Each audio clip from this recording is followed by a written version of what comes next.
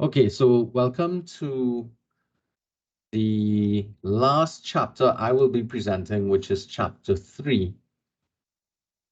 Welcome, Dana. And as one individual indicated, we so bring this up here. All right, everybody can see this? Just let me know. Yeah, sir. Clear enough? All Yes. right.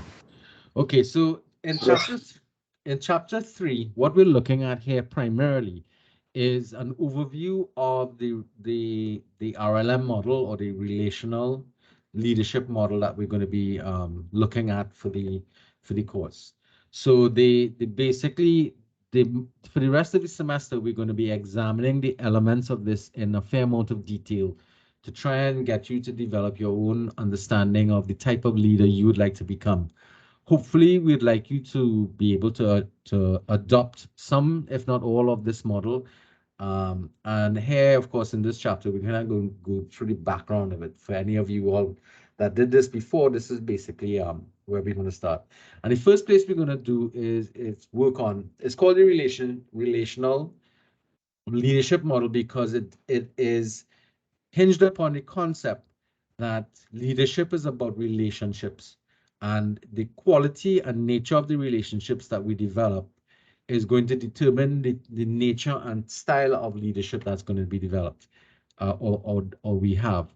So the first thing we have to do is remind ourselves as to how the model defines leadership. And remember, the definition of leadership is a relational and ethical process of people together to accomplish positive change. Now, that definition is where we began the whole process last week, or the week before. We were looking at the definitions and the models that were developed in the past. So again, you're going to see the relationship here. Defining something is it's an important starting point for the development of a model. So the model here involves a focus on 5 components, 5 primary components. It is purposefully built. So the RLM model is based on the 5 primary components: purpose, inclusivity, empowerment, the ethics and values, and the fact that the process that we're looking at here is supposed to be process oriented.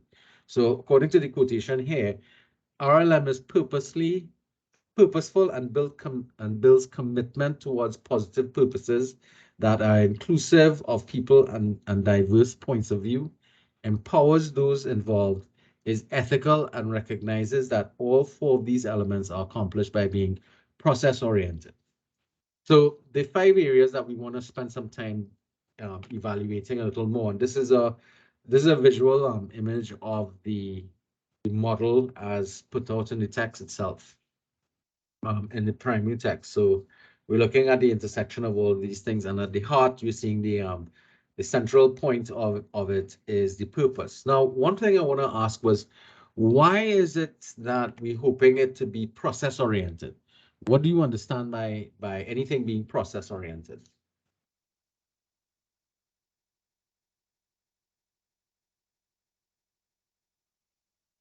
Anybody? What do you understand by the term process oriented? That it has So, steps. Yes, go ahead. I see Jaikaran. I understand that there are several factors that have to come together and work in harmony to produce a result. Right. Okay. But what Myers, what do you understand is a process orientation?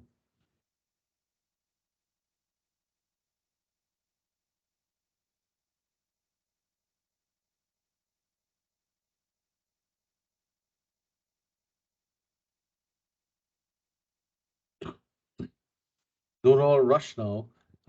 Anybody else wants to add?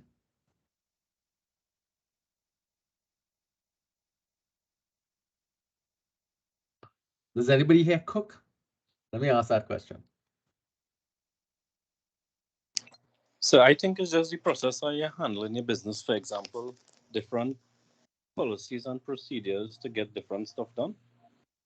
Yeah, but there's a little more point to being process oriented, that which I'm trying to get to. Ravi, do you cook? Yeah. All right, So so just like following the strategic steps and getting the target done.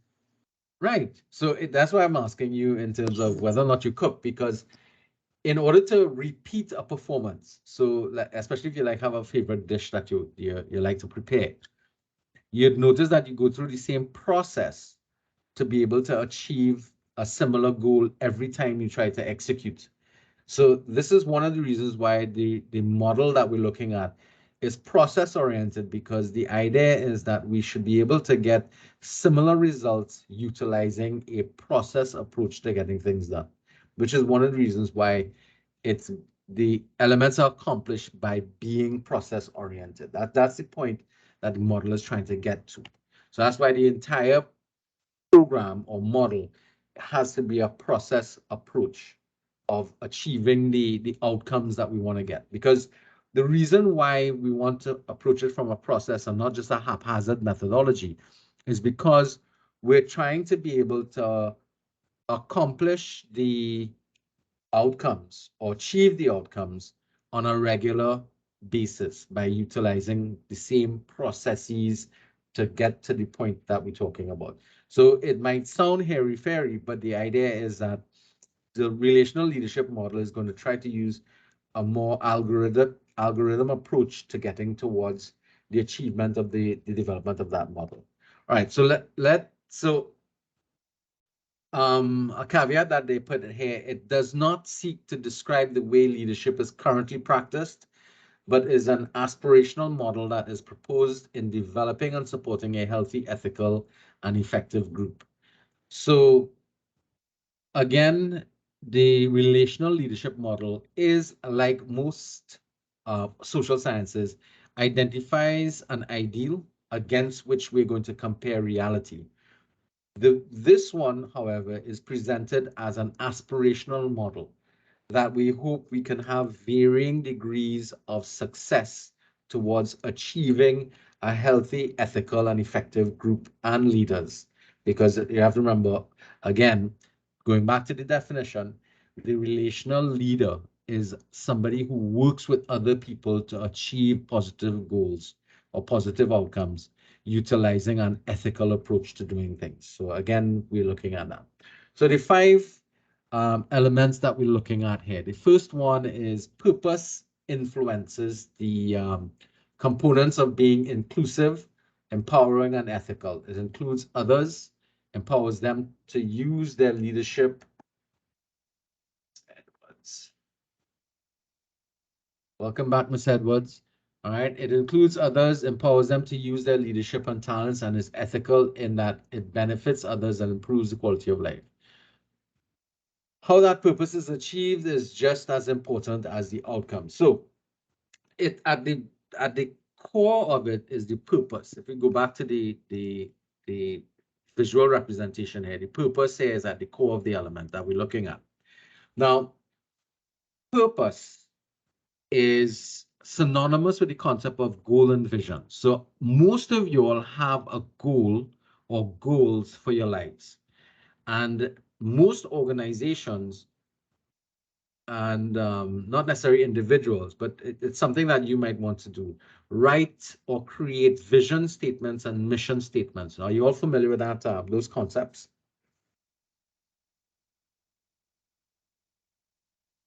Yes, sir. Right. Okay. For anybody who's done any sort of online management studies or any sort of management studies, you should have come across goal and visions and mission statements. So the vision is what you want to achieve, where you want to be at the end of a particular journey. The mission is the journey to get to that, or the things you need to do to be able to achieve the vision. So what they're saying here is that the relational leadership model is saying that the goal or objective is what should be driving the way in which we practice the our leadership's practices. and that the organization is not supposed to be position driven as opposed to vision driven. Now, what does that mean? The vision driven means you have a constant value against which you're going to, whereas position driven means that whoever's in the position of leadership will drive the activities of an organization. So I think I saw today an email go out to the students about the appointment of a new president for the college. Did you all see that in your emails? Yes, sir. And anybody? Yes, sir. Yeah, Yes, yeah. sir. Okay, good. So this is one of the reasons why the college is going to be looking, well, I am curious as to see what's going to happen, because it's been a while since we've had a significant change in leadership at the executive level, to see what kind of impact it's going to have on the college and college life. We have a vision and mission statement. Welcome, Glenn. Are you all familiar with the vision and mission statement of the college?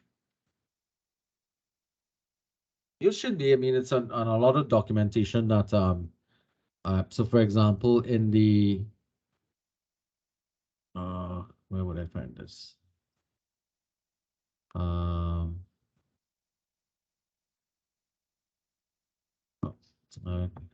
these things. So in the course outline, if you downloaded the course outline from the e-classroom, you'd see the vision and mission statement at the very beginning of the course outline. Most course outlines have the vision and mission statement there to remind people of what they are for the institution. In most organizations, when you go to their place of business, you would see the vision and mission statements published on documents and so on around you, or put up on plaques and that type of stuff. So the idea is that regardless of who comes and goes as leaders in organizations, the vision is something that is a constant value. And therefore, we are focused on making sure that that vision is what is driving the activities of an organization, and not the person sitting in the leadership position. So that's something that's really important, because of how important the vision or the purpose of an organization is towards the development of leadership. Because you remember, again, that kind of defines what we're going to be doing. What is that change that we're trying to make going up into that? Now, individuals in leadership, in the leadership process, need to know themselves before they can effectively work with others. So this begins the whole process of understanding your development as a leader. You need to know who you are. So one of the chapters, the first chapter is understanding self, and you're going to deal with that process and the exercises necessary to develop a better understanding of who you are and why you are the person you are. In fact, the assignment that you have to work on for your self-assessment uses both focuses your attention on knowing yourself as well as understanding yourself in terms of other people. So that's the second part, the being part. You need to be aware of yourself. That's knowing who you are. To be aware of self and others, that's the being part. How do you operate with other people? What do you like? And then acting upon the things that you're going to understand about yourself. So it's that's the beginning process, or the start of the process that we're looking at. Understand who you are, and understand that you are not a static entity as well. Because over time, and with different types of things happening in your lives, you begin to change. So fundamentally, there can be changes in who you are, and you can purposely make changes as well. That's another thing that we have to examine, because a lot of people always, say things like, people are fundamentally the same all the time. But I am certain that you yourself would say or know that you can change behaviors, and that comes from really understanding who you are as a person moving forward. All right, and that's one of the things we're hoping to do within this program itself. All right, So understanding yourself is the beginning of the process, and the whole process of knowing, being, doing is circular in nature, because if you understand yourself and you understand your values and that type of stuff, and you realize that there's certain things you want to change, then it would lead to a change in what you do. And then that then brings up another knowing, or getting to know yourself in that context. Because as you make the change, you start to change who you are as an individual. So you have to get to know that new person, and then move on again to the being part, and then doing, and so on. So it's kind of a circular part, not a line that we're going on. I actually refer to it more of a spiraling effect, because hopefully what we're doing is that we're developing a greater amount of understanding, and our perception of the world is opening and becoming wider. So we can spiral outwards, so that every time we make that journey and going through the process, we expect to enhance ourselves and become wider. Though I have seen some people spiral inwards as well, close themselves off a bit. But we're hoping for you to be able to spiral outwards, and that circular fashion that they're referring to. Palmer uses the phrase head, heart, and practice. So it's the same thing: knowing, being, doing. Head, heart, and practice. So knowing who you are, understanding your value structures, that's the heart element. What are the most important things to you? And the understanding of those things help to develop how you go about doing things. All right. So that process is going to be something that is going to change over time, and you're going to evolve as an individual or as a leader as you move through the process more than once. Now, again, it's not that you're going to do this once and done. You're going to have to continue doing this on a regular basis to really get to know yourself, reflect upon what is important, what has taken place, so that you'll be able to practice better, or develop better practices. Because we're not going to expect perfection at the beginning. It's a process of developing yourself over time. So that whole process of knowing, being, doing is that developmental start that we're looking for with this particular model. People will collaborate with those who are credible and those who are knowing. So we're coming back to understand now what's the importance of knowing.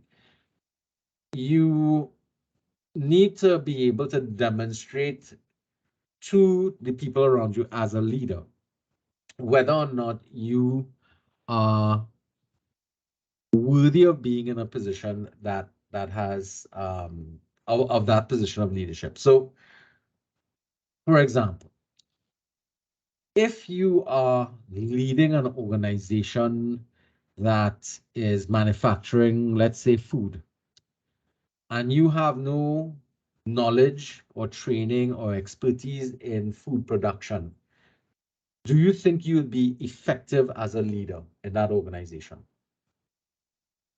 Anybody? I think it's highly unlikely, sir, Why is that? because you don't have an understanding of the inner workings and processes that go on in your own business, and therefore you wouldn't be able to adequately instruct others and guide others. Great. As you That's said, the good. process, the whole reason is to replicate a process, and if you Good. don't know the steps, you can't replicate the process. Well, that's it. That's in terms of actual production, operations and production. Here we're talking about a different process of developing as a leader. So you can have a leader, but you, as a leader, for you to have credibility with the people you're leading, you need to know about the business that you're operating in. Now you have to remember, most leadership programs are developed in the context of some business activity. So, but even in the case of if you're leading social change and that type of stuff, you can't lead something that you have no knowledge or experience about. So if you want to lead change in terms of crime and crime alleviation, you need to know something about it. You need to have some sort of knowledge about the issues that you're facing or the society is facing in relation to it. A lot of times people who join organizations or help to lead change pretend that they know, and that's one of the things that affects the credibility of a lot of the leaders that we have in our society. They arrive in positions of leadership and want to empathize with people who are affected by negative aspects of life, but actually have no practical knowledge or experience, and therefore they lack the credibility of being able to understand what's going on. Now, some people will argue that you don't need to know the product or the operations of an organization to be a truly effective leader. Would you agree with that? Because there was a thinking at one point in time that was the case, huh? That you don't need to be, you just need to have a general idea of what's going on so that you could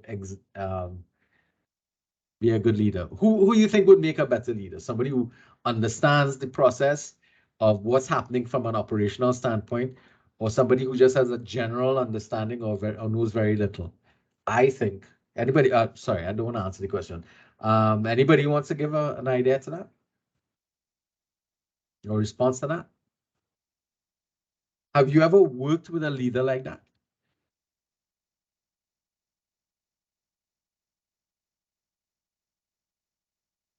Yes, sir. And how was it working under that type of situation?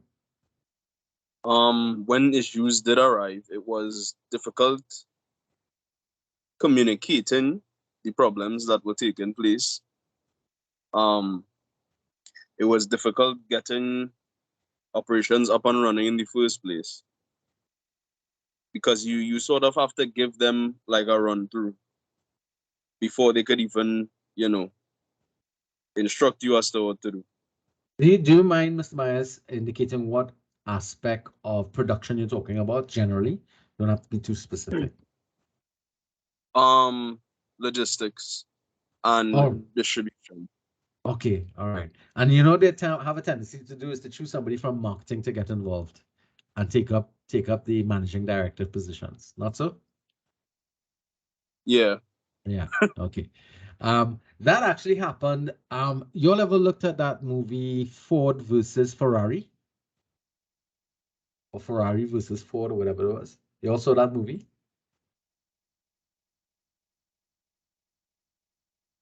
Nobody saw that movie? Wow, interesting. None of you all are Mustang fans? All right. If you get a chance, look at that movie and look at the portrayal of the general manager of Ford. The concept was that they took somebody who was a marketing executive and gave him the leadership of Ford to run Ford. And the the the decisions that they were making were annoying the guys who built the Ford Shelby machine vehicle. And that's the dynamic that I'm talking about. That you have somebody who is coming from a marketing perspective, who's trying to take leadership of or trying to exert leadership in an industry and knows little about cars. He doesn't care about cars. And unfortunately, that has been an idea, and it still happens in some organizations where there's a mismatch between the types of people who end up in leadership positions in technical companies and the person's ability and competence. And that's going to be important because if you're going to lead people, people want to feel that you know what you're doing. And that we refer to that as responsible knowledge. If you find yourself in a situation where you don't have or you don't feel that you know enough, it is not that you have to go back to school and relearn everything, but you need to take it upon yourself to acquire the knowledge of what is going on in your business and what is going on in your operations. Learn, just like everybody had to go to school and learn from experience and stuff.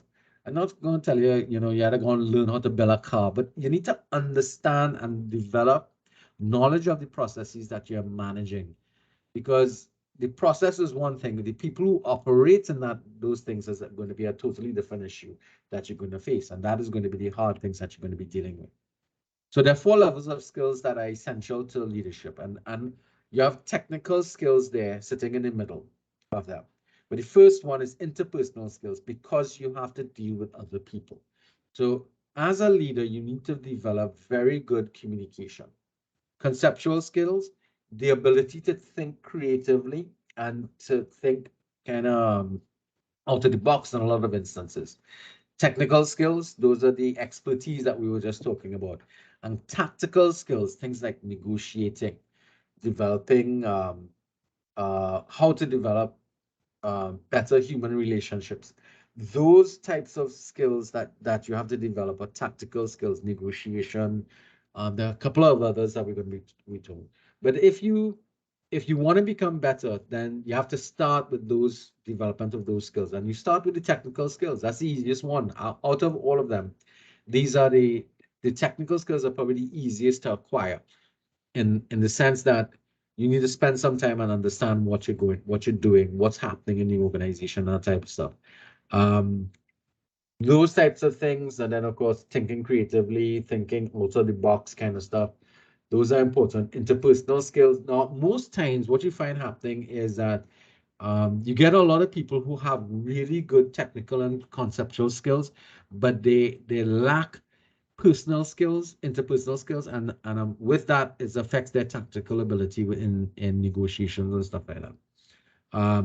So you have to find a balance. You have to be able to find all of these or develop all of these skills to be able to become a better manager and a better leader in an organization.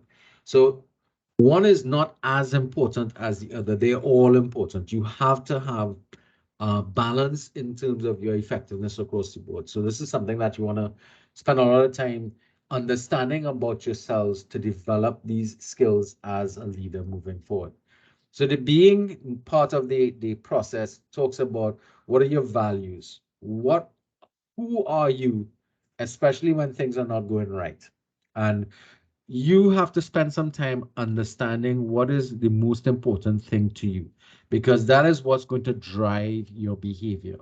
So if your interest in an organization or in life is that the firm has to be profitable, now that's something again that came up in the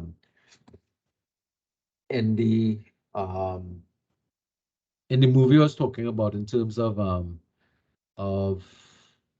Ferrari versus Ford. The focus that the leader that was exhibited in that movie, their focus was on moving Ford as a company forward.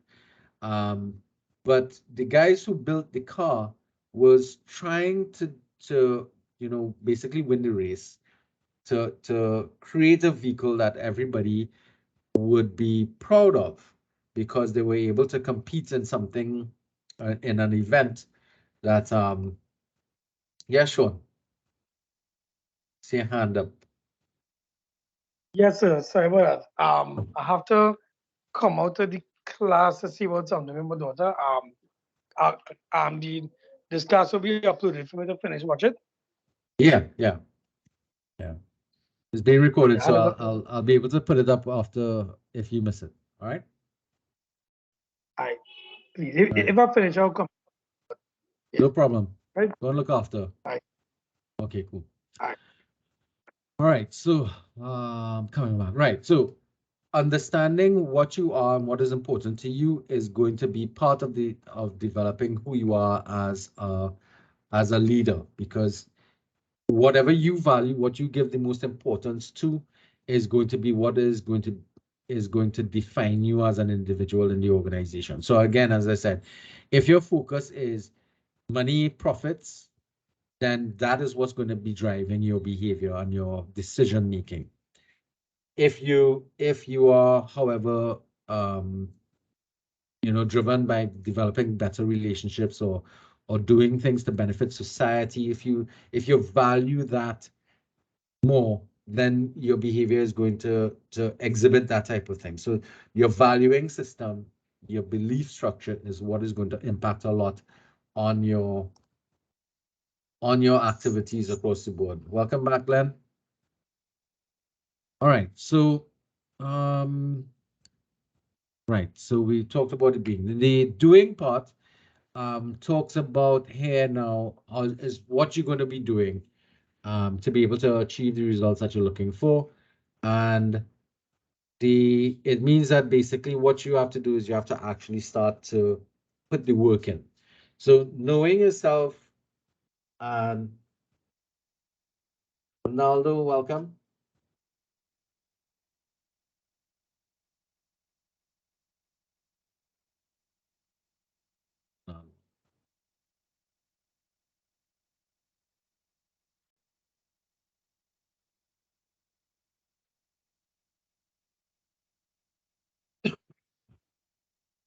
Right. So right. So you actually have to work at it and get things done and work towards the vision. So again, this is where why the vision is so important, because you're doing work, yes, but to what end? You need to be able to be working towards the objectives of the organization moving forward. All right. Now, we have problems with the doing part because sometimes people are afraid to act. So I know this happens a bit. Sometimes leaders will fail to act because of indecision or due to a fixation on perfection. Now, I have worked with people like that, seeking perfection. And that can be one of the most annoying things to work with. They refuse to actually put something into practice, or to start to run something, because what they're looking for is to get everything perfect before you actually do it. And at the end of the day, what we have to realize is that you can't anticipate everything that is likely to happen and prepare for it until you actually start to experiment with it. And that willingness to do and to fail and do it again and get it better is an important element of the leadership program that you have to be paying attention to, because in a lot of instances you have to be able to take a chance, do something, fail, and come back again. Now it is going to be a part of your behavior as a leader. Would you encourage that behavior? But of course you don't want to have too many mistakes, because those things could be expensive. But if you have this kind of zero defects, or you don't allow for any kind of mistakes, or you don't take chances, what are you going to end up doing? In a lot of instances, you do nothing because you're just afraid to make a choice or make a decision because you don't want to look bad. And that's a horrible thing if you think about it from the perspective of a leader. Think of a coach coaching a team, and he's not going to allow you to play a game, or he's not going to take the team into play a game until they get everything perfect. You'll never get everything perfect because you're dealing with human beings. All right. You have to go and perform and see what is missing, because you're performing or you're doing things in relation to other people. So you have to try things. You have to, as I say, you have to break a few eggs to make a cake. All right. Okay. So that whole concept of promoting learning and promoting the idea of um, making mistakes is an important element in this process, because if as a leader you don't value learning, or you don't show people that learning is an important aspect of the process of running the organization or achieving the goals of the organization, then you're not going to exhibit or allow for that. Everybody has to know everything one time. And again, that's not going to be something that is possible. People have to come into an organization and grow into the organization. Even if you take somebody who's fully qualified, they still have to learn the way in which you all do the things you do. When they come into any organization, there's going to be a learning curve that everybody has to go through.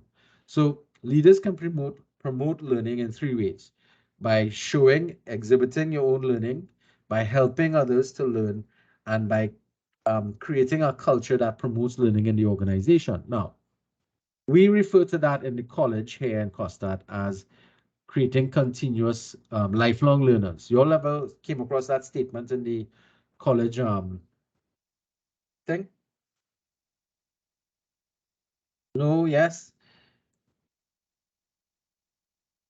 How many of y'all? Let's see if Yes. I have it in my downloads, but No. Yes. yes, no. Hold on, let me see if I have it in my downloads.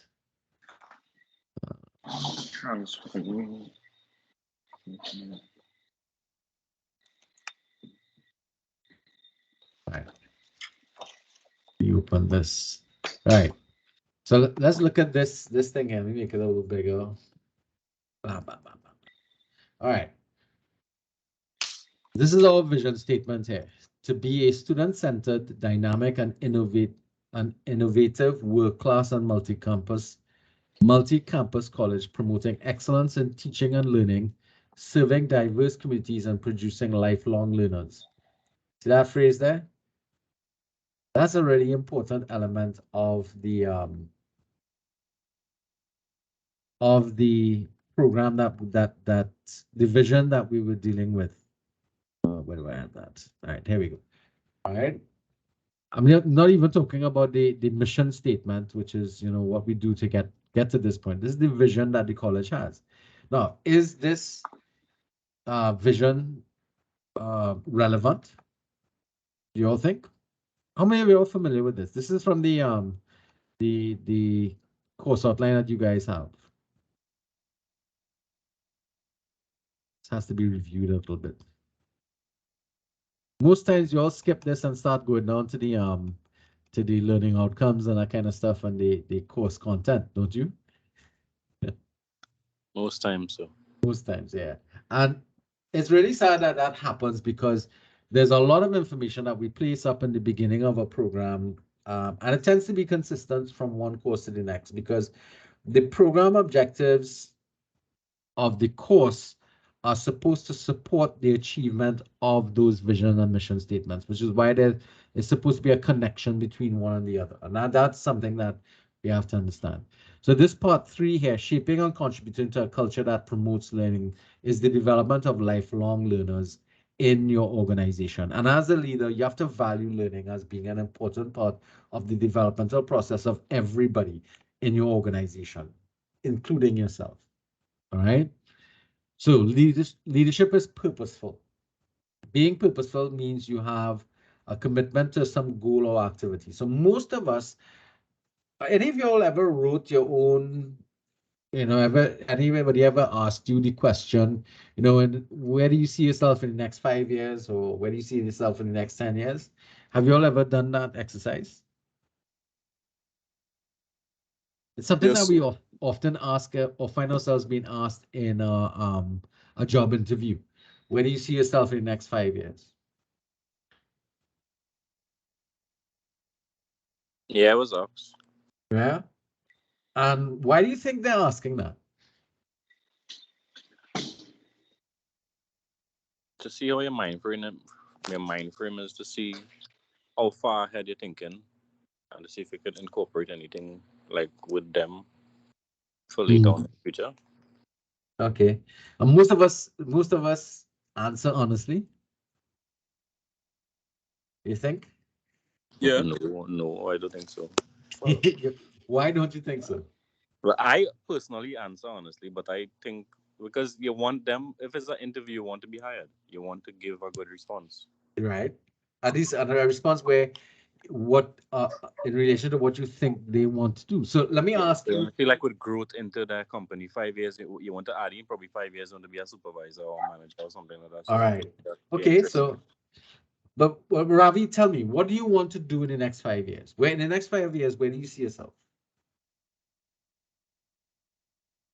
So that's a very hard question for me. What? Because I have a lot going on right now that's shaping my life differently.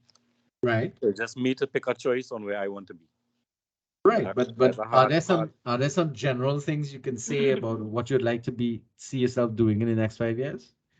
Well, one is probably continue more into real estate. Right. continuing working while I working because I'm a manager there. Right. But I've been there like 12 years, so it kind of getting a little Stale. fatigue and correct. All Either right. that or probably migrate.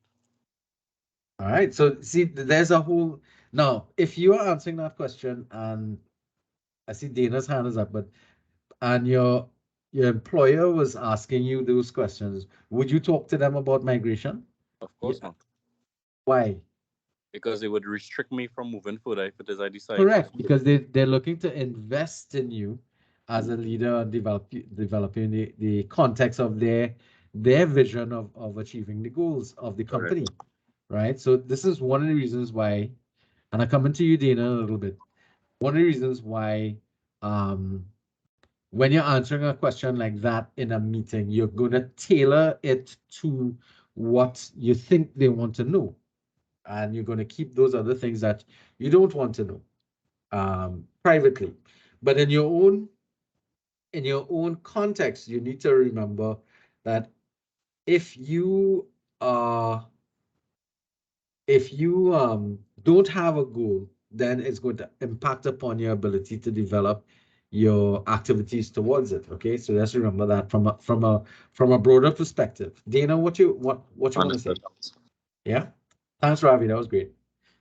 Dana. Hi, good afternoon. I wanted to say that I think they also asked the question to see whether your goals align with their goals for That's their what they're looking company. at, really. That's exactly what Um, that they asked the question for. yeah, so to see, if whether we should hire you or we should not. So yeah, that's what I wanted to say. Yeah. Okay. Cool. That is primarily what happens in most organizations. You can put your hands down now if you can. Right. Great. Um. So the takeaway from this particular thing is that you need to have, as a leader, if you are in a leadership position, you need to have objectives or goals that you're trying to work towards, because those goals and objectives, again, drive your activities, drives your behavior, drives your decision making in relation to that. What this model is saying there is that that is not the only thing, but it helps to facilitate the development of most of your activities moving there. So you need to understand that you are developing your skills in the context of understanding what your vision and purpose would be in life. So self-management or self-leadership is one of the elements that you could look at in relation to this as well. But when you're bringing other people into the mix, so let's take it from yourself to now you're married and you have children. You have a vision of where you want to take your family forward, and what are the things you're going to do in relation to that, and how you're going to lead or help lead your family into that vision of where you see yourselves as a family moving forward. All right. So leadership is not only in the context of business, it happens in the context of in your own lives as well. So you could think about it from that perspective as well. All right. So you remember what you're doing is you're building, you have to now again, if you're married and you have a partner and you're working towards developing your lives and developing a, a life around which you're going to participate with each other. It's not something that you can develop as an individual. It can't be only your vision of things. It has to be a shared vision. So you're going to end up in a situation where both parties agree to, or all parties in that can contribute, have a vision of where they want to move to. And that's important, because if we take that particular characteristic and move it into an organizational front, you'd see that there's a lot of issues that companies face when the vision is not developed by utilizing a method of including the input of all the people in the organization. So that's a problem that comes up with the development of the purpose or goals of an organization. The best goals are what we refer to, our vision is called socialized vision. Personalized, there's nothing wrong with personalized vision because that refers to what you, as the leader of the organization, see as where we are going to go and where we're going to be, what we're going to be doing. But in order for that personalized vision to be achieved, you would have to make everybody else understand and somehow or the other adopt your personalized vision. Now that's going to be difficult because not everybody's going to see things the way you do. We know this already because we know from the exercise of getting to know ourselves, getting to know yourself, you would understand that one of the things you have to understand is that you need to develop the skill of understanding why people don't see things the way you see things. And that is going to be a bit of a challenge. The better way to develop a vision, especially in organizations, is to create socialized visions from a socialized position. So what does that do? That means you get together in small working groups and help to develop a vision statement or vision and mission statements from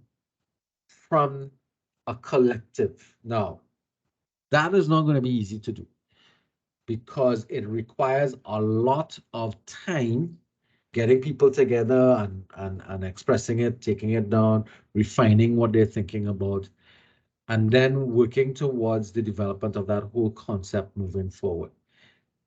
It means not just one meeting, but a whole bunch of meetings with different people at different levels of the organization to be able to help to develop a socialized vision for the entire organization. Now, the problem with this is that sometimes you just don't have the time to get it done.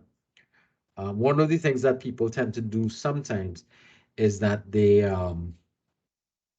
would engage in different types of activities to help to get that information from other people. So as a leader, you might put out a vision statement about where you want to go and then look for feedback from people.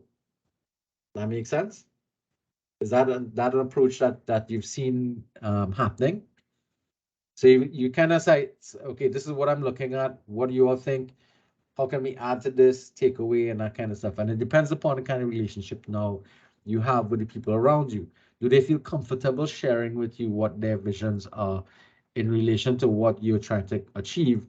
Or would you put them down? How do you treat with other people's thinking and perception of things? That's going to be really important in developing a shared vision statement. So statement A, effective leaders don't just impose their vision on others. They recruit others to a shared vision, especially in our digital age, when power tends to coalesce around an idea, not around people, an individual. Leadership is a partnership, not a censorship. Not a sin. Do I get that right? I just wanted to know what that meant. Cushy, easy ride. Okay, all right, interesting. Right, but as I said before, getting to a point where you have this shared vision ain't no easy thing. I remember when we were setting up Costat's mission and vision statement, that took almost a year to get completed. Now, it might sound funny, but it was extremely difficult to get everybody's input and at different levels of the organization.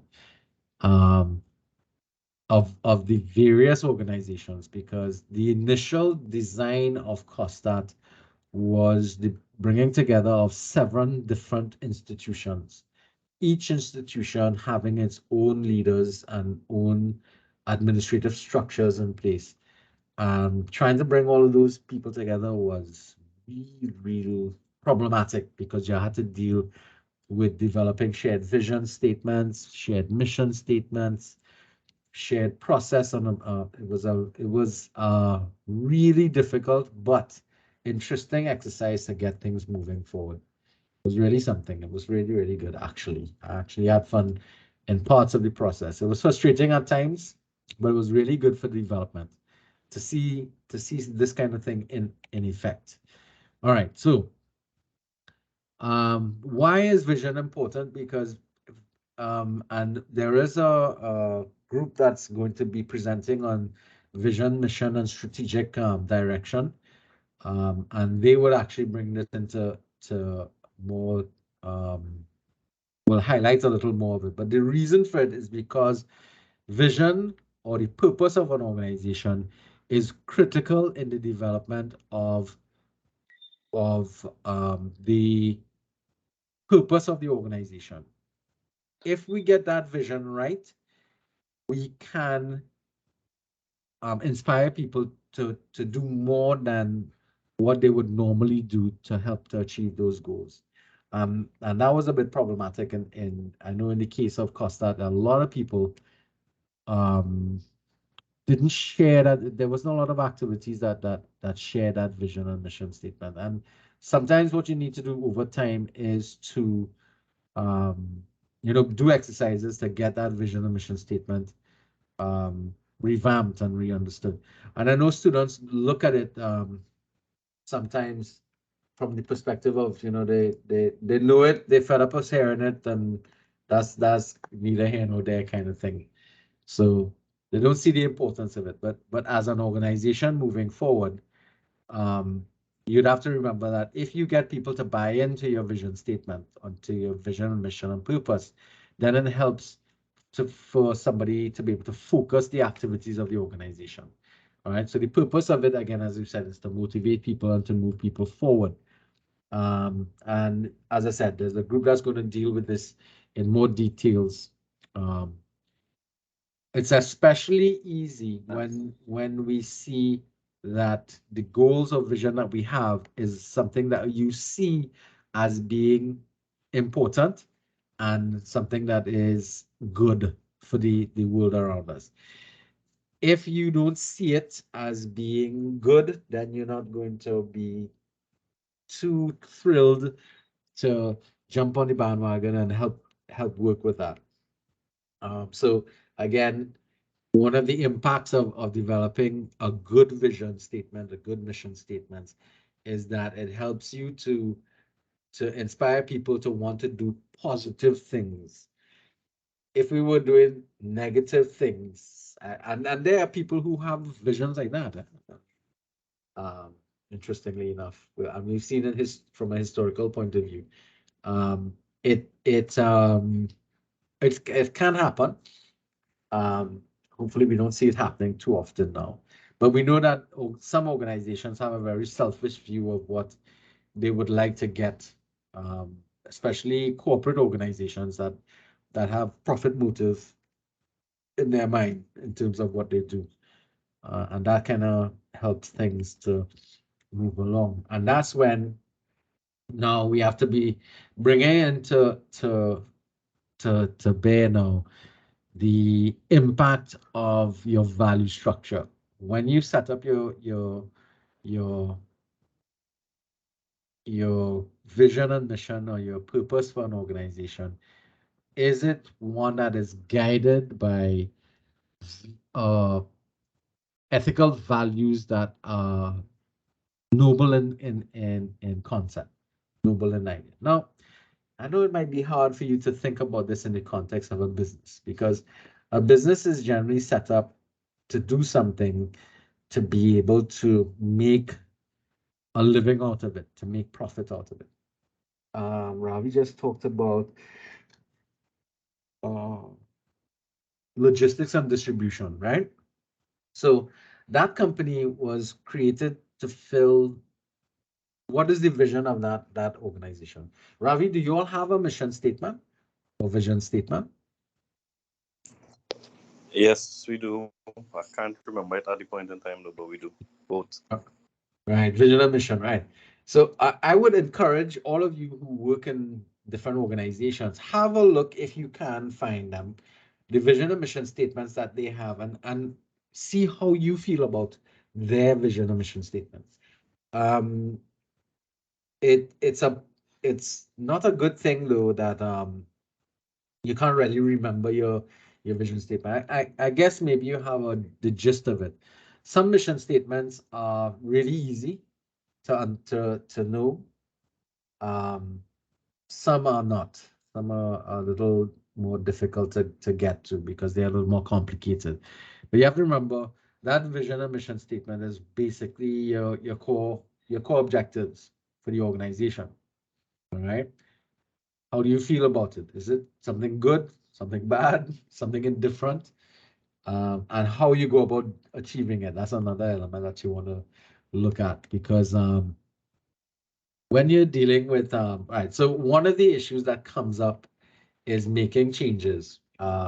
So that sometimes an organization goes through, well, all organizations go through periods of change. It's probably the most constant activity that's taking place. And navigating change is difficult for various reasons because one of the things we have problems with is when changes affect us negatively in an organization. So if you're a lower level employee, when changes are being made that affect the entire organization, significant change, depending upon how we are impacted by that change, we will respond to it in such a way that it would tend to be problems for the organization to get that change made. So most senior management will look at change as being something that is extremely difficult to do. But the problem is if they don't make the change, then they're going to fail. Now, let's look at the number of businesses during the pandemic that could not or did not make the necessary changes, didn't anticipate the changes that were taking place. And as a result, they ended up failing. They weren't able to respond to the changing market conditions and ended up in a situation where they could not manage to keep themselves going.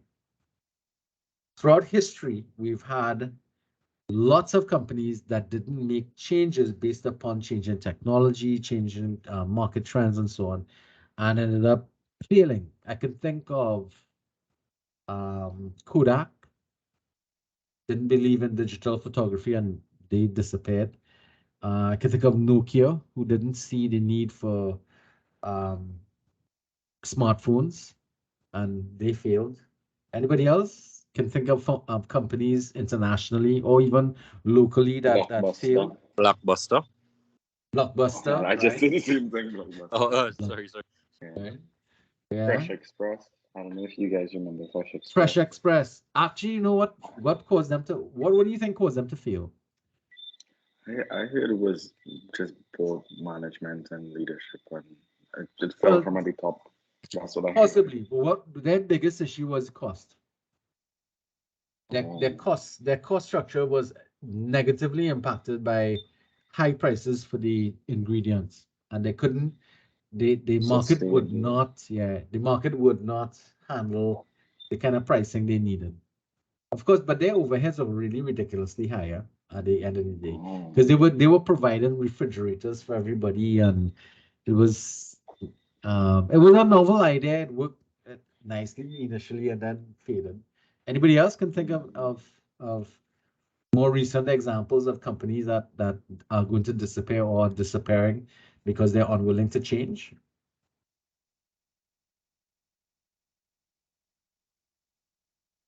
Or remembers any from recent history?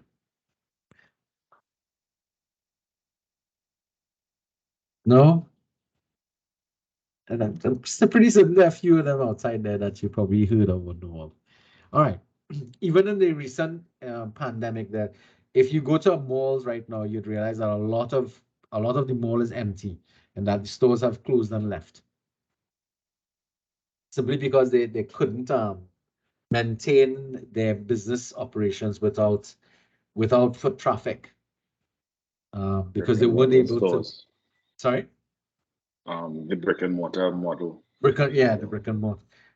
Because you have, I mean, it's a lot of people like the brick and mortar thing, right? But the movement towards online shopping and that type of stuff, it has been E-commerce. a lot of traction. In fact, even grocery stores like Massey Foods and the others, they were able to capitalize on that shift across by having a parallel system set up How many of you all did food ordering online or grocery shopping online at Massy stores or Price Smart or those places that offered it? Anybody? It's similar to ordering a pizza and go and pick it up. Pizza. I mean, most of the prestige holdings did the online ordering. Pizza Hut, well, except for Subway, I think. Pizza Hut, KFC. Up to this day, you could just go and order. Right. It's much more simpler. Yeah, It's but what much about it's more grocery simpler. shopping? Well, I know Price Smart. Price Smart. Price Smart Funny does it, enough, yes. Price Smart does it. I Yeah. spent about maybe 9 months out of the pandemic in the States. So that was like a big thing as well too. Just everything was shopping online. Amazon grocery, Walmart had online groceries. You just order everything and they just deliver it in a box. Yeah. So Or you picked it up, kind of thing like that. Yeah. yeah, or you pick up, yeah. Yeah. Because we had that I did a lot of my grocery shopping like that here too. I would order online from Massy Foods and go and pick up pay at the and they allowed the option for you to pay when you got there, as opposed to pay before or run a credit card on it. But that was really if those companies didn't make those changes, they would have failed. And that's one of the reasons why you have to make changes.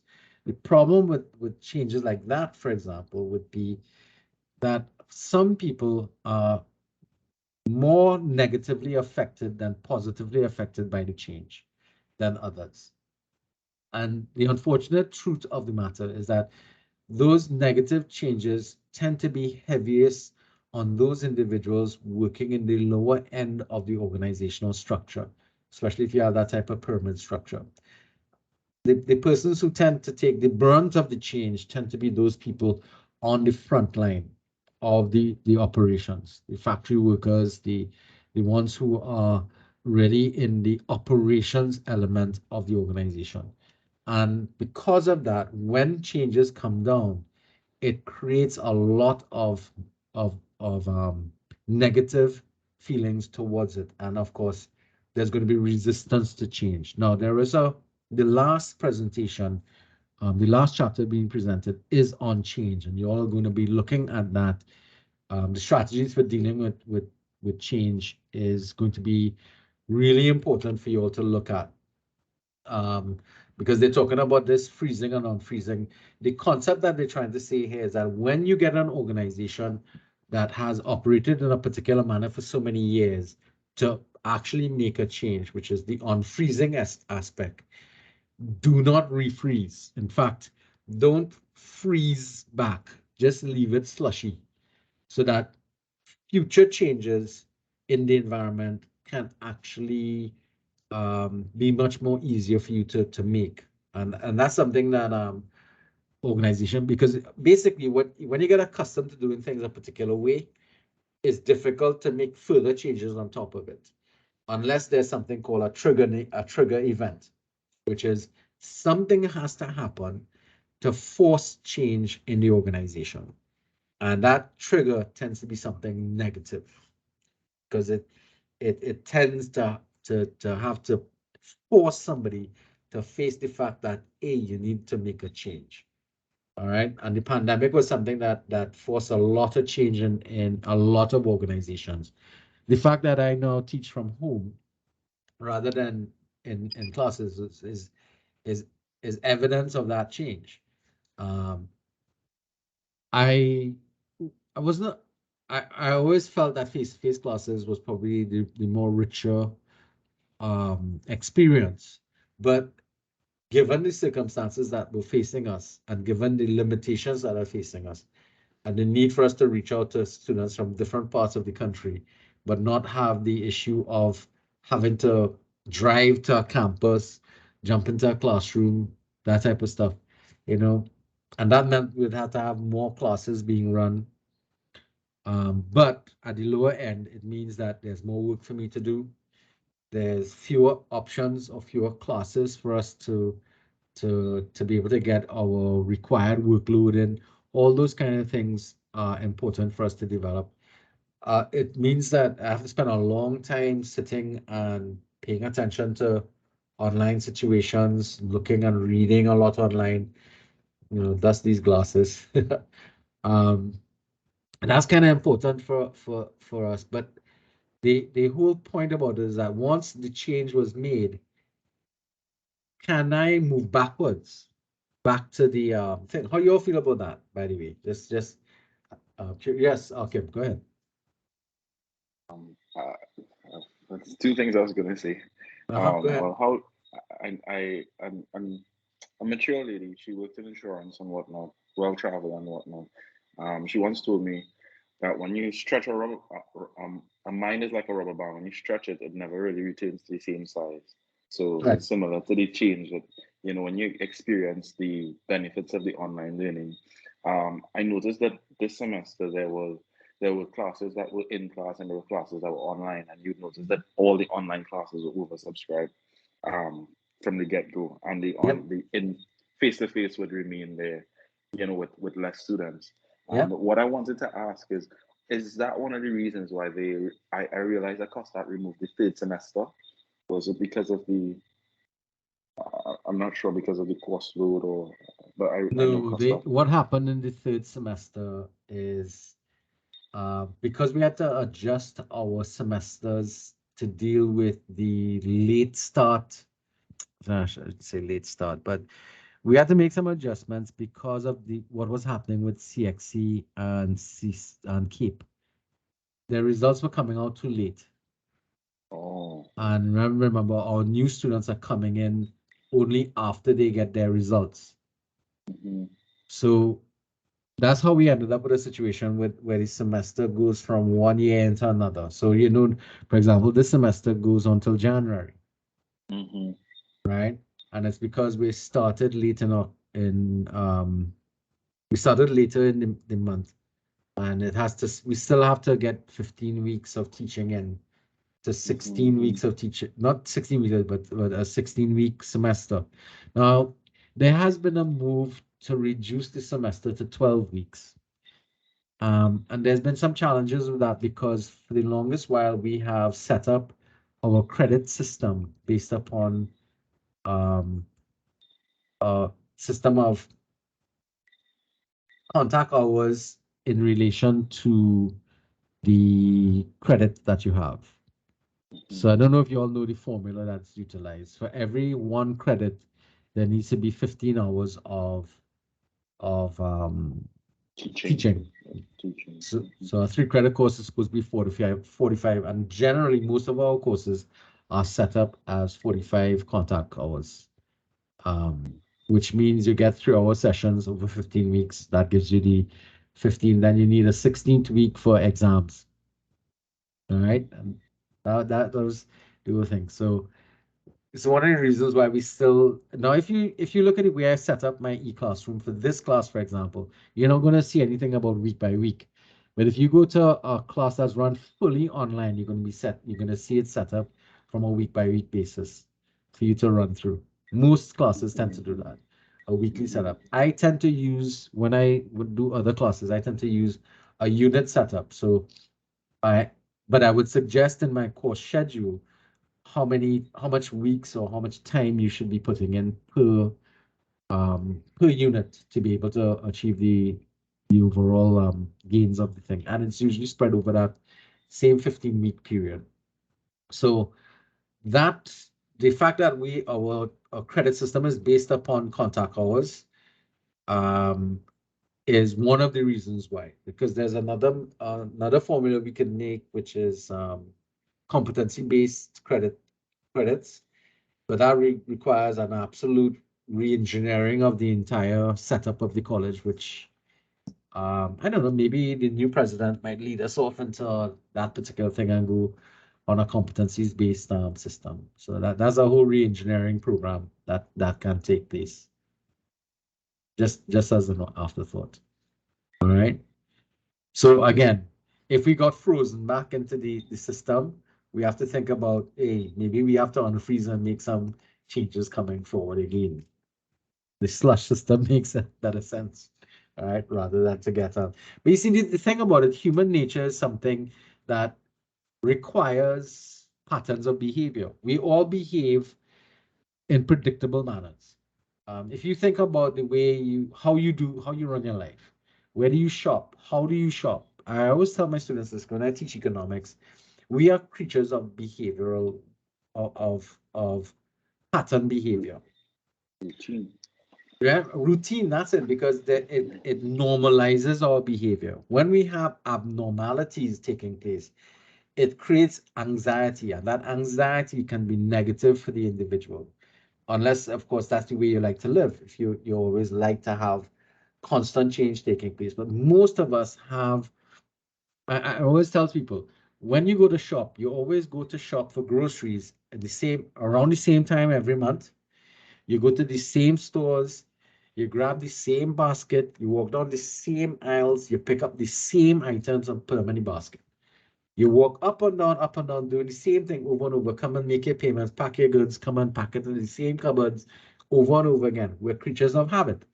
And because of that, whenever we need to make changes to anything like that, it creates discomfort. And that discomfort is why we tend to resist the change. And it's why organizations have to spend so much time, and leaders in particular have so much challenges when they are going to become agents for change in an organization.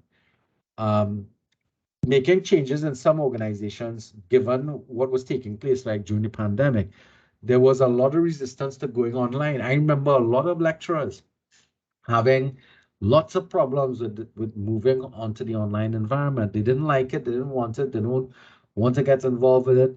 And now we're in a situation where we could possibly return to some face-to-face classes, and our clients, our students, don't want the face-to-face classes.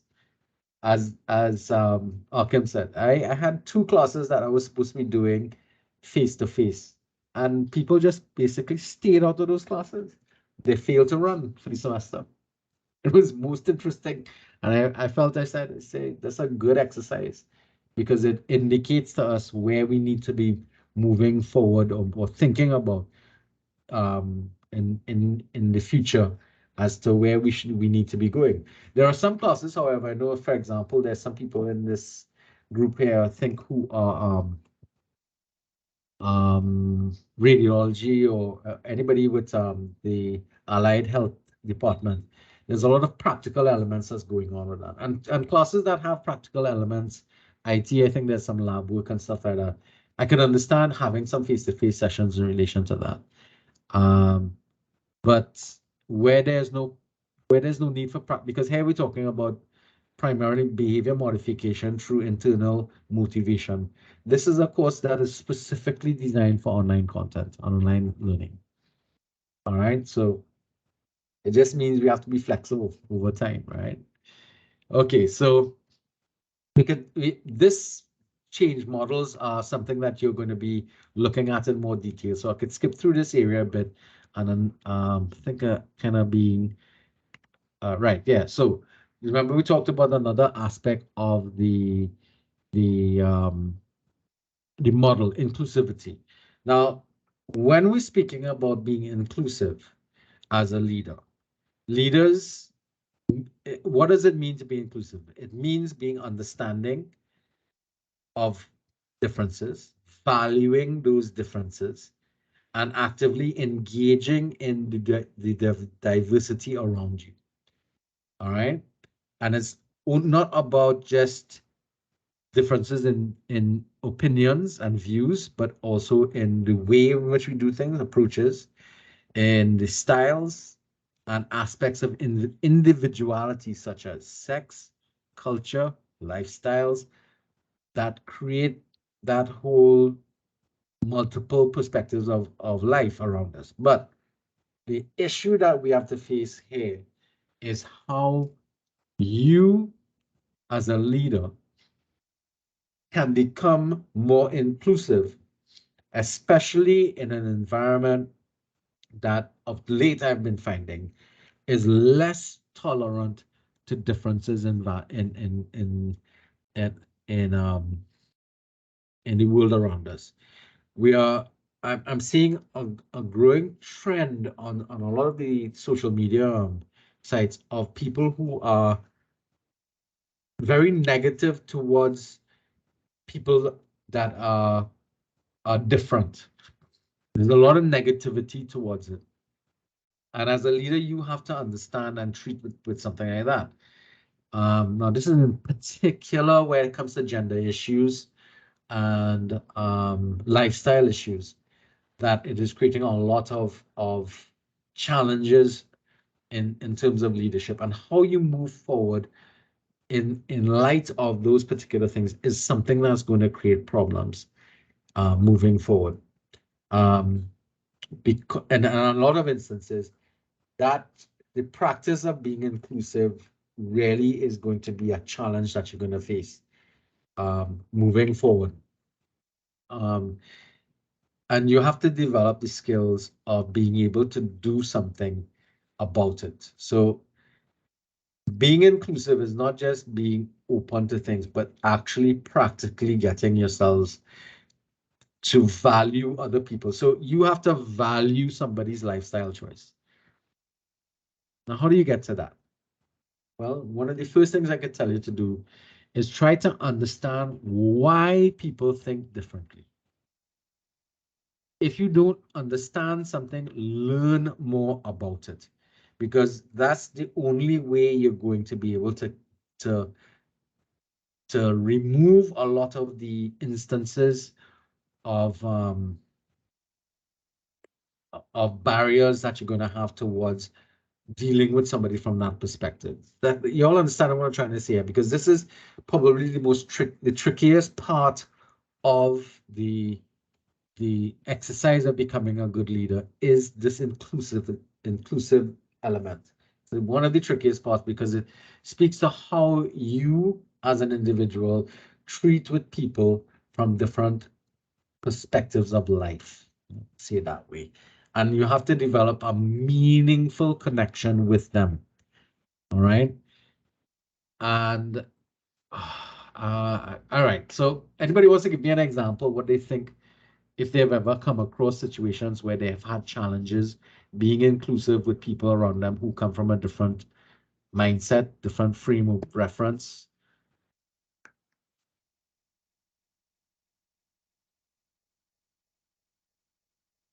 Anybody? Nobody?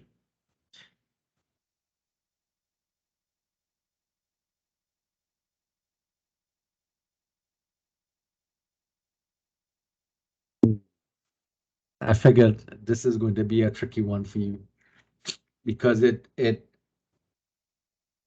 these this particular inclusivity is also closely aligned with value systems and your ethics, your value ethics, because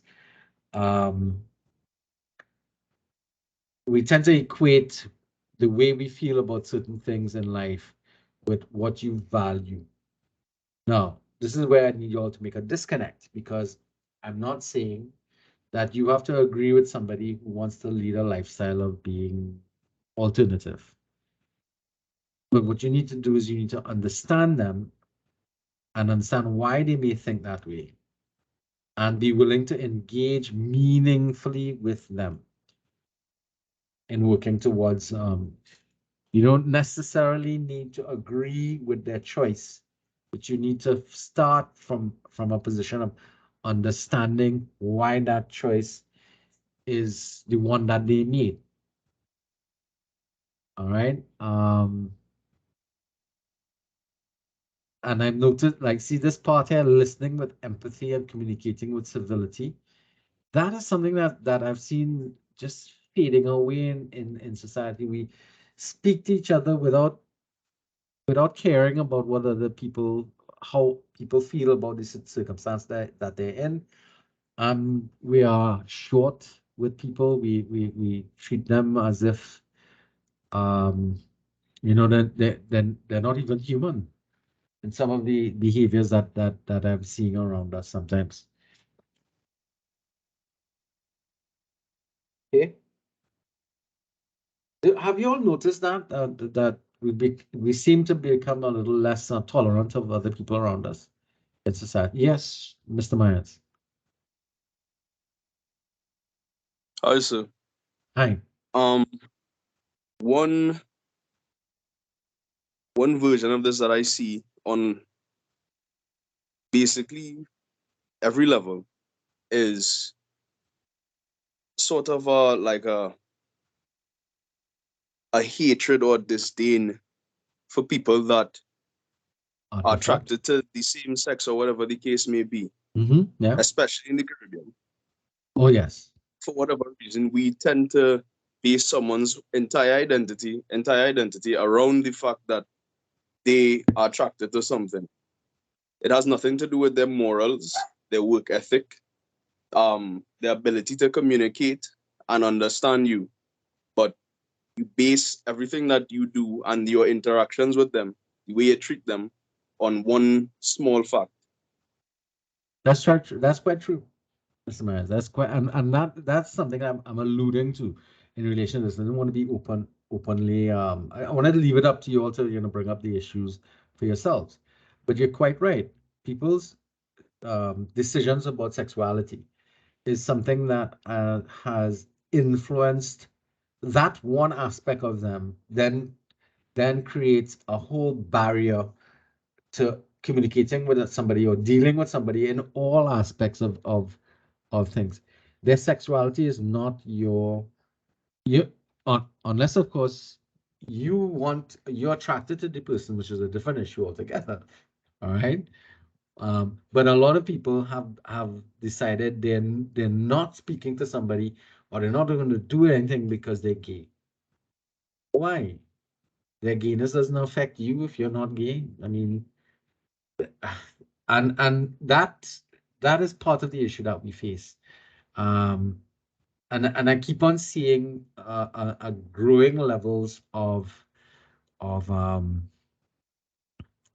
of what's the word I want to use, but intolerance. That's basically it, towards difference in life. I mean, if we look at the Trinidad context, we also have to deal with the issue of race in our situation here because it's such a pervasive activity in our, especially when it comes to politics.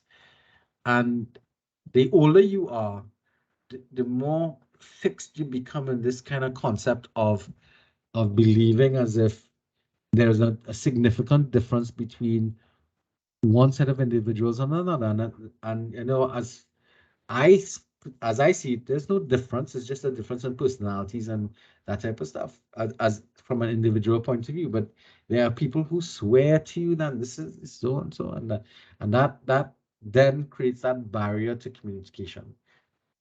The challenge of being inclusive means that we have to stop judging people from our own value structures. And that is where the challenge becomes difficult because if you want to become a better leader, you're going to have to interact with people who are going to look at life differently than you. And you need to be able to work and understand why they are different. And that is one of the most critical elements that you're going to have to treat with and develop skills in dealing with this. Because if you join an organization or you create an organization, you cannot control the people who come to work and exist in that organization. That is a critical value that you have to develop, critical skill of being inclusive. And that it goes without saying, because without that, then the rest can't follow. The process will get stopped right here if you cannot be inclusive. All right.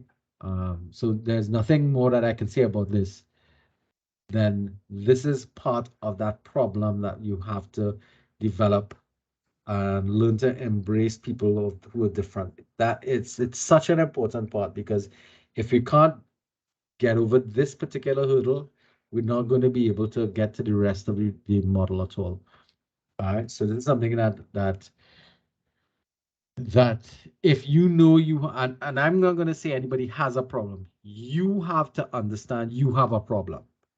So you have to be brutally honest with yourself about how you feel about certain things and how you feel you want to communicate with these individuals, because you then have to understand what the impact of your decision is going to be based upon your ability to navigate this aspect of the model. That's going to be a really important element, because if you can't get past there, then you can't deal with anything else. All right. All right. So I like this quotation here that came from the book. The goal is not to overcome the variations and differences among participants, but to build a shared purpose. Leading others to lead themselves is the key to tapping the intelligence, the spirit, the creativity, the commitment, and most of all, the tremendous, unique potential of each individual.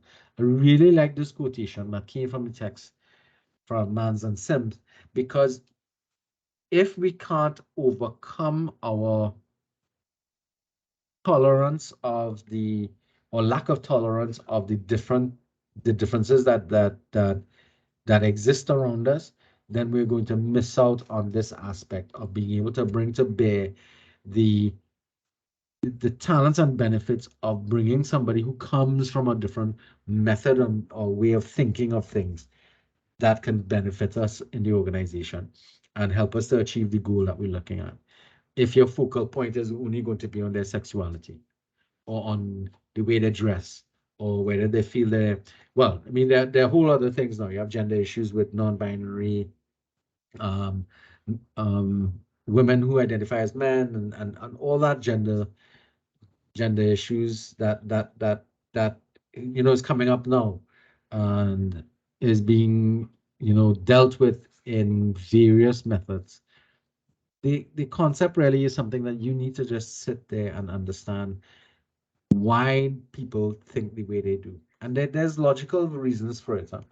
And I hope you can put in the work and understand why those differences exist, why people are the way they are. All right. So I don't think I can emphasize this as much as even in the way we speak to people, we have to think about that whole being inclusive in just the way in which we speak. So instead of all that I and I, this we have to, yeah. Daryl? Because they born like that. Yeah, ask the question. Is because they born like that? Everybody born with their own identity? Yes. But that's one of the one of the explanations to it in terms of mind mapping, I think it's referred to or something. I don't know. But generally, some people think, well, if you don't know about it, go and read up about it and learn a little more about it. All right. The concept really is you need to understand why. And yours is not to judge them, but yours is to open yourself to be able to work with them. All right. Somebody being gay or thinking of themselves as gender neutral, those are decisions they've made about their personal life. What they've done in relation to how they view themselves does not affect or should not affect their ability to contribute to the achieving of a goal in an organization. Right. That's basically where you need to get to in terms of those things. All right. Thanks a lot, Darren. So Yeah, that's why I believe leaders are. That's why I believe leaders are born and not male. Sorry, say that again. That's why I believe leaders are born and not male.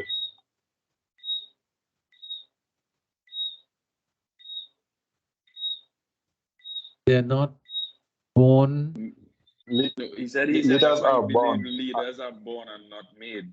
Oh, leaders Because are it's born and not difficult. made. Wait, you agree that leaders are born and not made? Yes. Because Okay. they have to be born with that ability to be inclusive. That's what he's saying. Ready? True. Oh. True. All right, Darrell. I know where to put you when that debate comes up. Shaheen? Yes, sir. I would like to respectfully disagree with my fellow classmates. Uh-huh. I believe a lot of the skills that are involved in leadership are things that have to be developed. And because they can be developed, those are things that can be taught in the first place. I Now, believe we might have dispositions. mhm, That's definitely a possibility, but that doesn't necessarily make them a leader. that's true. I would agree with you there. In fact, Shakir, But but I will so put you. then again, if you don't born with courage, you cannot act on it. If you what?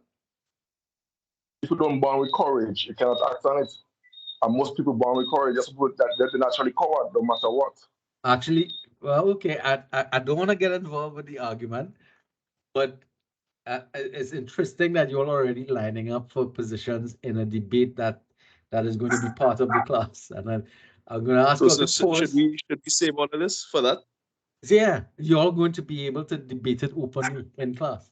So, in an exercise and later on.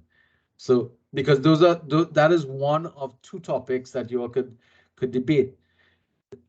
That leaders are born, not made. That's one topic. And another topic is men make better leaders than women. Mm.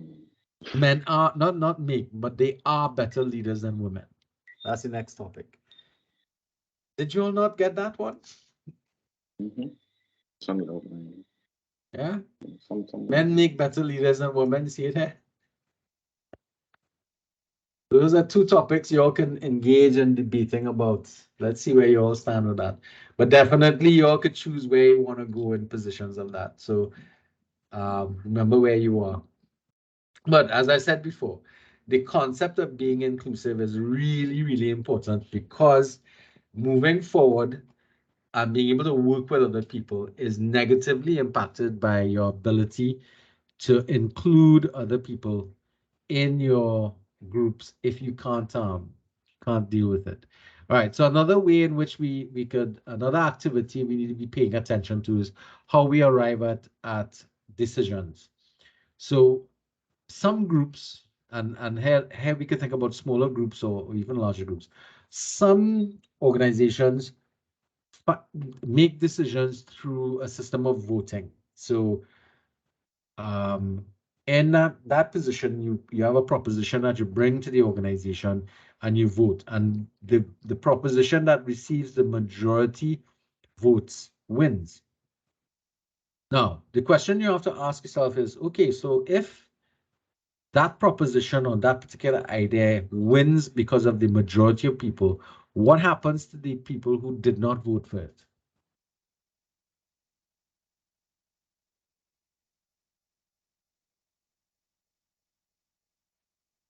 Mr. Sula, welcome. they automatically voted for the position who won. I know that's what they say. When like for example during elections, Uh-huh. there's a large. Usually during elections, almost half, well, probably a little under half of the population doesn't vote, for whatever reason.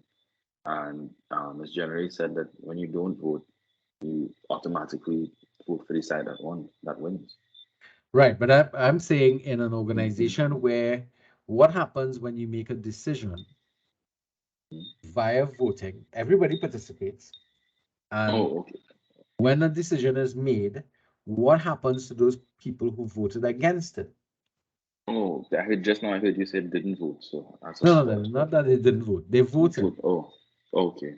And you see what it says here. A group might be accustomed to voting on every decision, and that alienates members of the organization. Mm-hmm. So a better process to Stigmatized. utilize is to use consensus building models. Now, what is the difference between what is consensus building? Kim, you already your mic open, right? Give me what you Mm. think it might be. This is the first time I've heard that concept. So, Consensus yeah, those building. members. I'm just reading it. Those members might Okay. like to use a consensus model of decision making to ensure that the views of all included. Hmm. Um, I'm not sure if it means that they would have to take into consideration everybody's Position. Position on the sorry, what is it? The Proposition. the proposition, right? So you Yeah. might actually already be using consensus building as well. Basically, the difference between voting and consensus building is that we discuss an idea in the organization at levels of decision making, and we bring everybody's point of view in and try to develop a decision that encompasses as many views as possible. That's developing consensus. But even in the process of consensus building, there will be people who will not totally agree with what your approach might be. But because they felt they were more involved in the decision-making process, because their point of view was taken and treated with as being important, there's a greater tendency for them to, even if the final decision doesn't totally reflect their position or their point of view, it doesn't alienate them in the process like what voting does. So consensus building works where people don't necessarily agree with what happened, but they will still work towards getting that goal being achieved, even though I don't quite agree with the methodology, but I understand why basically you want to go this way, because that's what you have to do when you bring your proposition. I want to do X, and the reason why I want to do X is because so and so and so and so on. And somebody say, well, why don't we try Y? And then they explain, well, if we do Y, we'll do this, this, this, this. And then there may be an overlap between X and Y. And so there's an intersection between the two that allows for consensus building. You follow what I'm talking about here in terms of consensus building? So yes, we could do 3 items from X and 2 items from Y and still achieve the objective that we're looking for. So you build, you bring more perceptions to develop the overall ideas, and that helps you to develop a better understanding and a better appreciation of everybody working together. Now, the problem with consensus building, though, is that it takes longer than voting. Voting is easy, either for or against. There's no third option in terms of true voting. But you run the risk in a voting environment that you alienate people in your organization. Whereas the consensus model is going to be one where you try to take into consideration what everybody thinks about the circumstance, situation, or the decision. And that's really important because that makes things a little different. So Akim, you told me that I think you have run some elements of an organization that you talk about for. Sorry? That you run a small business or something along. Oh, no. Oh, okay. All right. Okay. Not me. It's probably a different action. Probably a different. I work in an organization.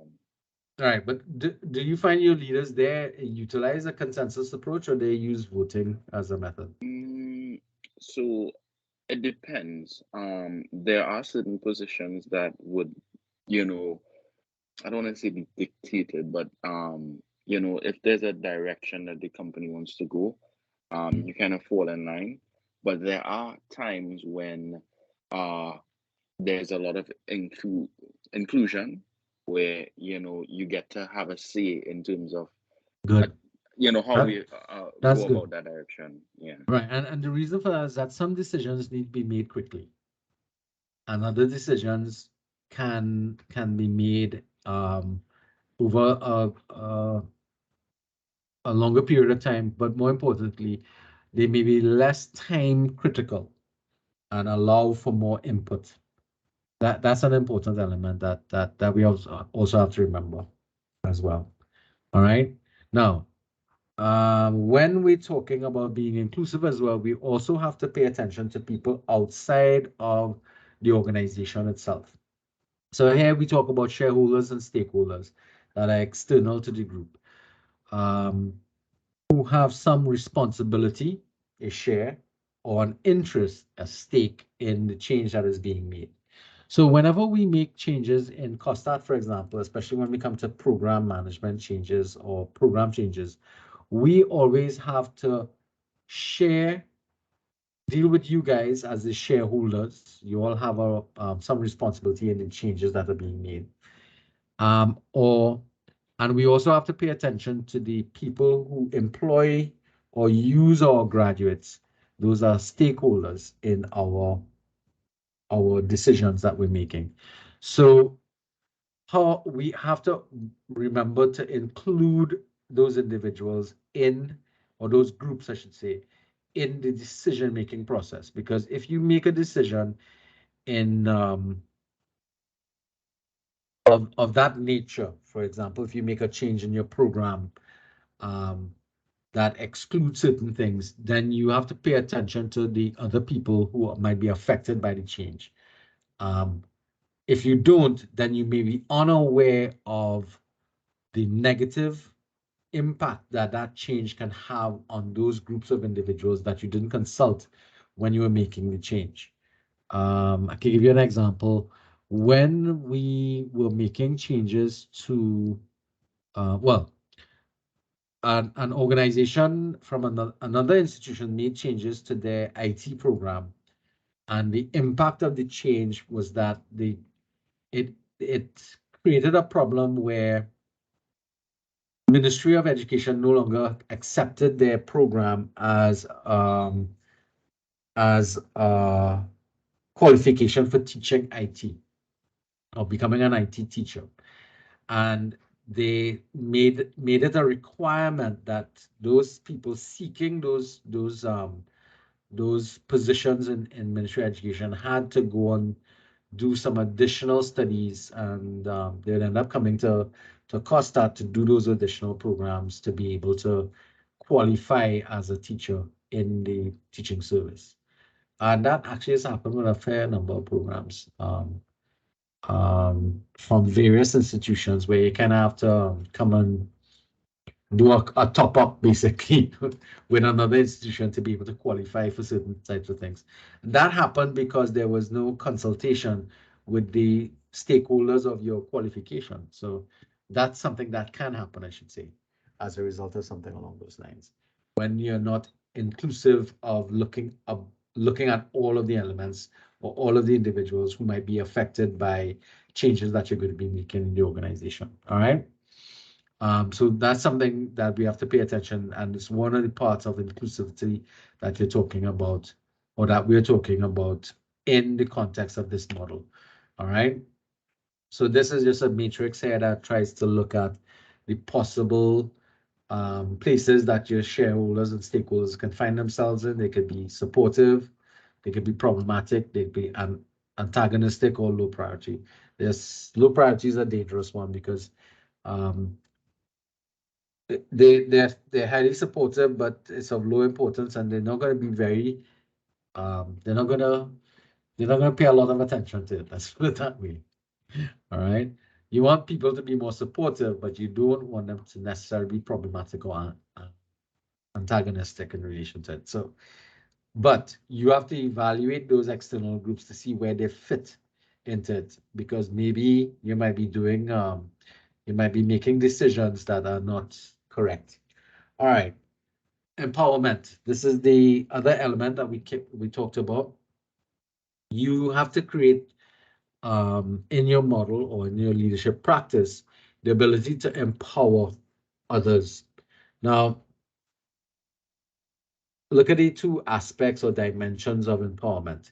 The sense of self that claims ownership, claims a place in the process, and expects to be involved, or a set of environmental conditions that promote the full involvement of participants by reducing the barriers that block the development of individual talents and involvement. Now, what in essence we're talking about here is to give up power to either the environment or to individuals in the organizations to be able to make decisions and changes. Now, the challenge here is the giving up of power. A lot of people in managerial positions do not feel comfortable handing power over to other people, because if they fail to perform, it affects them negatively because of that, or so they think. And therefore, as a result of it, they tend to hold on to the power, but they don't. And this aspect of empowerment does not take place in the organization. So when we're dealing with empowerment, we're talking about somebody having a legitimate right to be where they are and to say what they feel and think, as well as share it with others. You should be involved in this. You have a right to be here too. That's the kind of empowerment. Being empowered means mitigating aspects of the environmental climate that can block meaningful involvement from others. So these are aspects of empowerment that we have to pay attention to make sure that as a leader, we are not negatively impacting. Are we doing things to prevent people from becoming empowered? Or are we just holding off on it? Because we have to realize that if we are running an organization and we're making decisions and those decisions are impacting others, then what we do is impacting directly on them. So how do we get you as the person who is part of the organization to do something about it is to empower them to be able to do so.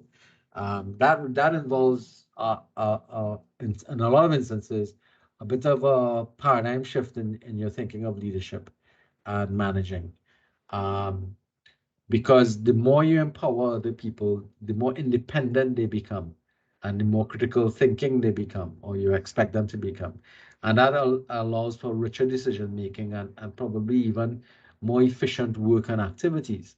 But you have to be willing to give up that power and move the organization or your group through that period. Now, if we think about it from the prospect of, or the perspective of doing group work in a class. So for example, I slapped you all into a group of maybe 5 or 6 people, and I put somebody in charge.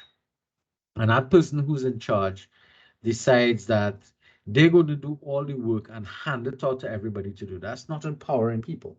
That's where you've held all of the responsibilities of finding the data, shaping the data into a presentation, and then you just handed it to people and say, here, do this.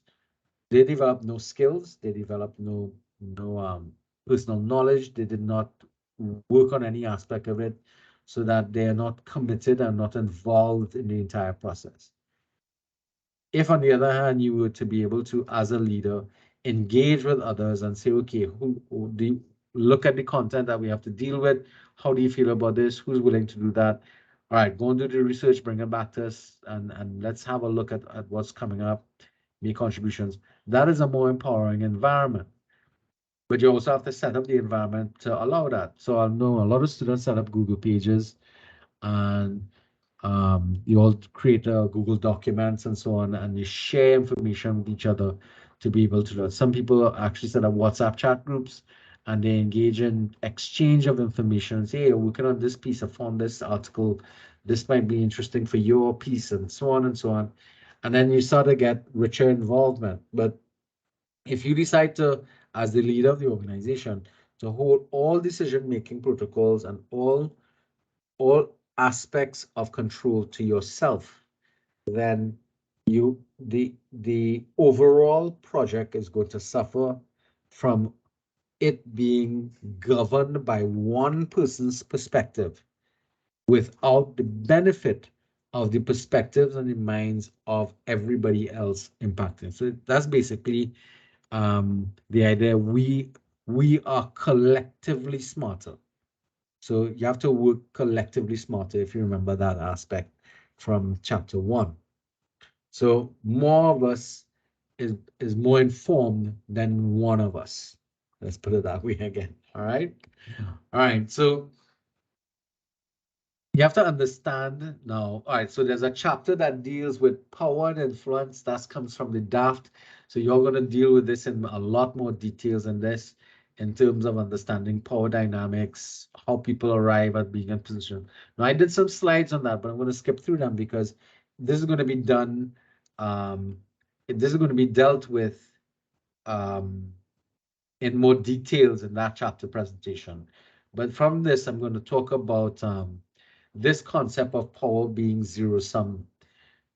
So zero sum means that it's all or none. You either have power or you have none. That's basically the situation that currently exists in a lot of organizations, and their leaders hold all the power and nobody else has any say in what goes on. Now, the model that we're looking at is trying to move us from that zero-sum game to one where we are more power with and power alongside. These two are where we want to get to, the collaborative and collegial approaches to things. The autocratic approach is what the zero-sum is.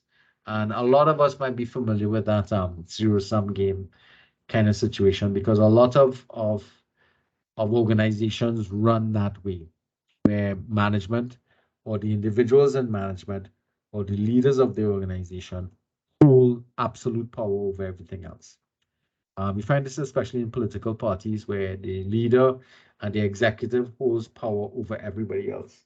Some organizations run that way as well, especially those of a political nature as well. The board of directors has ultimate say about everything, which is not necessarily going to be develop a system or feeling of empowerment, moving from where they are to empowering other folks in the organization to actually behave and do things to do that. Our organizations will be better off when there is that type of empowerment taking place. All right, so I'm going to skip over these source of power and stuff like that, because another group is going to be dealing with this in particular, legitimate power. All this area here is going to be dealt with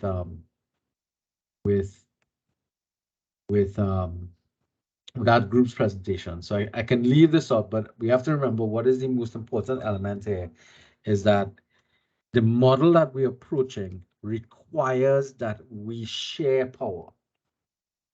And the more power you can give up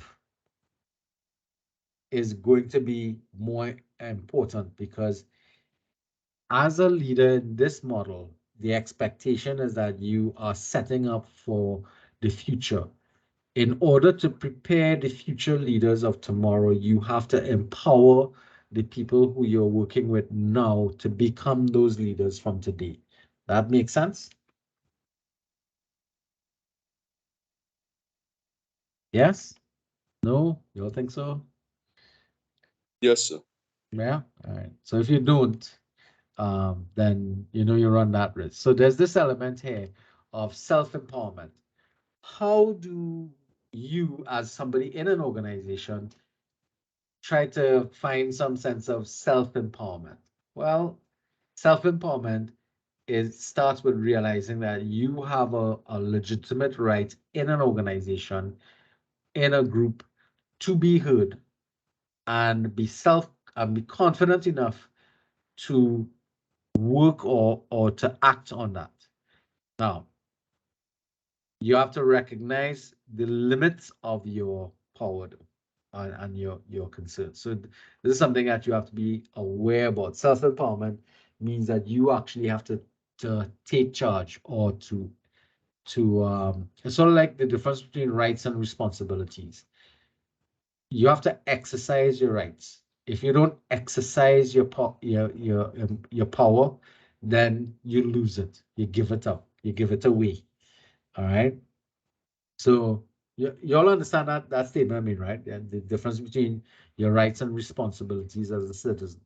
You have to exercise rights, but you have to exercise your responsibilities, and your rights as well. You know, it's not like exercise everything, because you could give it up without if you don't act upon it. All right. If you have issues in terms of developing your powers, you know, you can go and learn more about it. You can join other groups to be able to help to develop the skills necessary to to feel more confident about it. And there's a presentation 2 is going to deal with the development of confidence and that type of stuff as well. The second presentation on chapter 5, I believe it was, understanding others. So developing self-empowerment is part of that whole process. So 6 things that you as a leader can do to help people to become self-empowered is education, inspiring others to want to lead, structuring the environment to be able to allow people to share. So when you run a meeting, for example, you want to be able to say, well, what do you think? It's sort of like when I run class and I ask questions and I try to get other people to contribute. That's how you go about structuring. So think about when you're designing your lectures, how would you go about structuring your work, your presentation, to be able to bring in other people's activities into the thing, providing the resources necessary for other people to get their job done. So you can't expect somebody to be empowered to do something if you withhold the resources for them.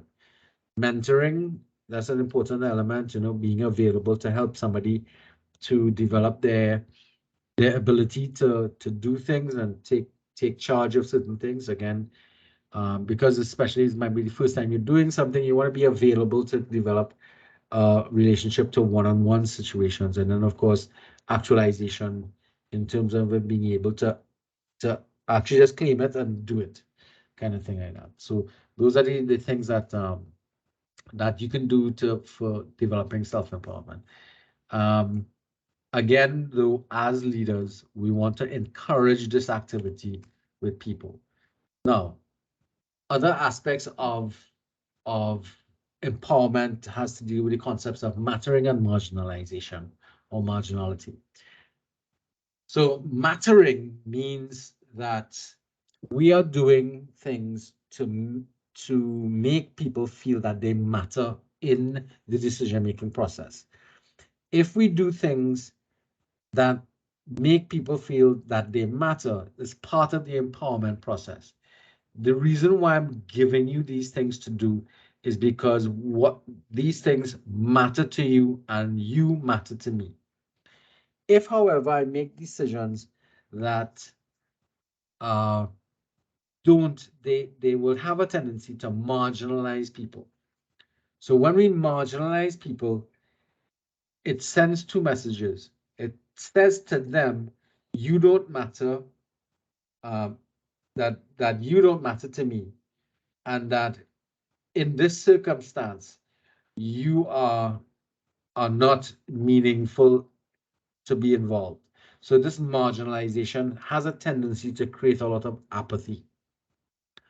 And you want to make sure that you're not doing things that marginalize people in your organization. All right. Now, it's a little tricky. Let me ask the question. Do you see the cleaners in your organization as being important? If you do have cleaners in your organization. Yes, very, very important. Right. But when we have a activity and we don't invite those particular members of staff to participate in the activity, how does that make them feel? Unimportant. You marginalize them. And then what happens to them is that they feel marginalized and they then behave in a marginalized manner. Because if it doesn't matter, then you don't care if I come to work or not. And they start to do things in a slapdash manner. They don't care about what they're doing because we treat people and push them to the margins. I have to tell you this experience that I had. To get a lecturer refused to touch, even to shake the hand of cleaners because they perceive them to be nasty. Didn't want them around them, wouldn't, if the cleaner came and touched their cup or their desk, they would go and get wipes and clean. I looked at that behavior and I told myself, you have to be a real idiot, because when you have to use a washroom in the place or you have to do something, these are the people who are the front line of the mess that we make around in the work environment, and you treat them like that. And I remember that individual being, we had an we had an award ceremony, and there were various people were getting awards for the different years of working in the organization. And on the table that they ended up on, there were a number of cleaning staff that were sitting on the table, because what they did, they grouped everybody according to the years that they were whatever, so this table was 10 years, this was 5 years, and so on and whatnot.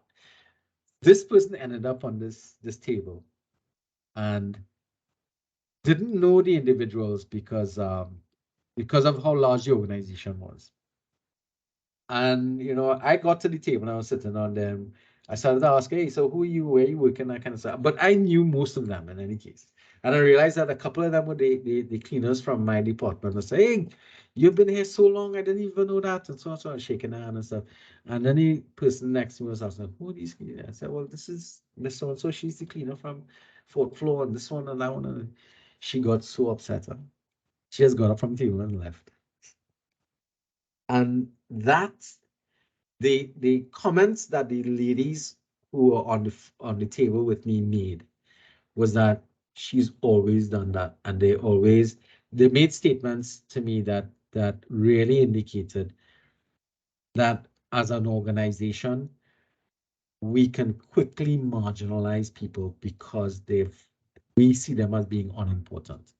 And it's something that we have to pay attention to, because how we treat other people, especially those persons around us who have some of the more menial jobs, if we treat them that way, they're going to treat us the same way and worse. All right. And I remember looking at that person as being so superficial, it wasn't funny. All right. It was amazing to look at that behavior pattern and realize how short-sighted the individual was in relation to what was going on. All right. Any questions on marginalization and mattering? So it's important for us to understand that in our actions, we have to make people feel that they matter and not be marginalized. Continue, and that also has to reflect itself in the environment that we set up. Let's move forward. Empowering environments. We should be okay with that. All right. Ethics. So this is the values area, ethical.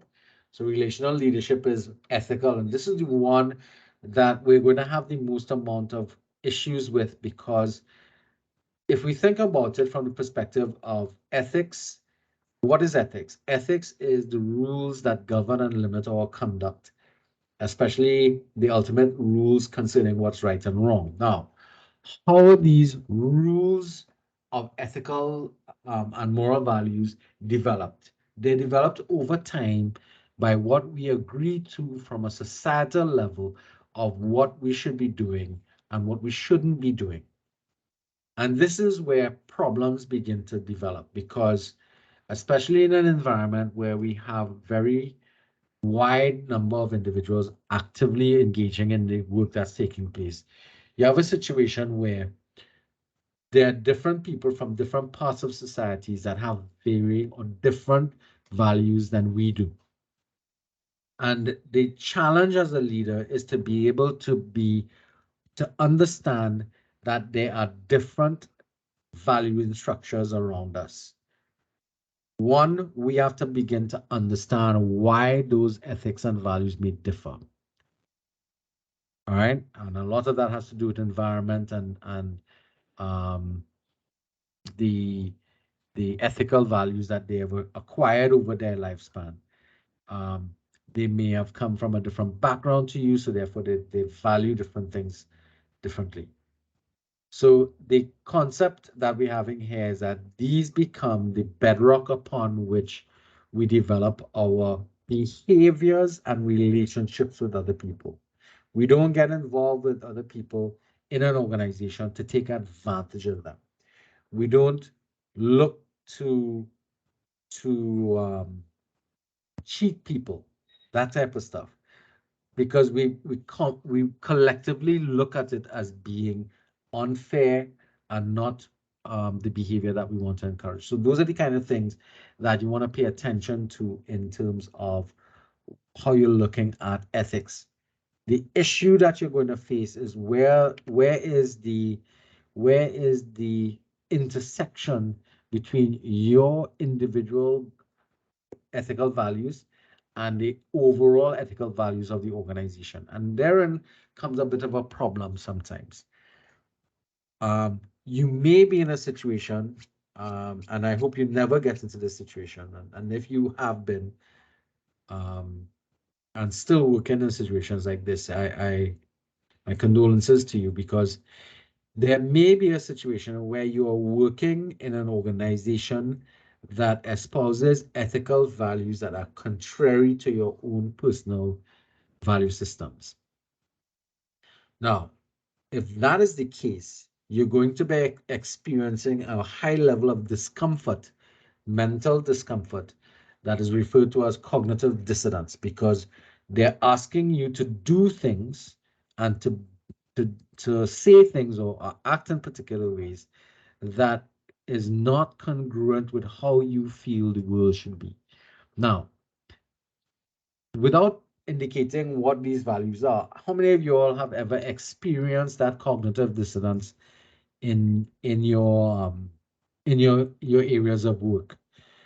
And it may not necessarily be cognitive dissonance, but you find there's a sort of moral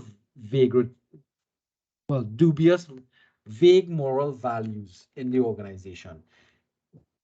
It's not right, but not quite right kind of behaviors that going on. I mean, and that tends to lead to kind of wishy-washy standards in your organization. So much so that a lot of organizations had to actually, and professions, for example, had to set up their own principles and values and publish it. So, for example, in accountancy, because of the 2008, the financial crisis that took place, they had to get their act together and kind of tell their accounting professionals, hey, you're doing rubbish, you're doing things that is bringing the profession down and is calling in question the conduct of accountants and accounting firms in particular in the operations of day-to-day business, so that they produce this document, which is any accounting students here that could tell me what I'm talking about or know what I'm talking about.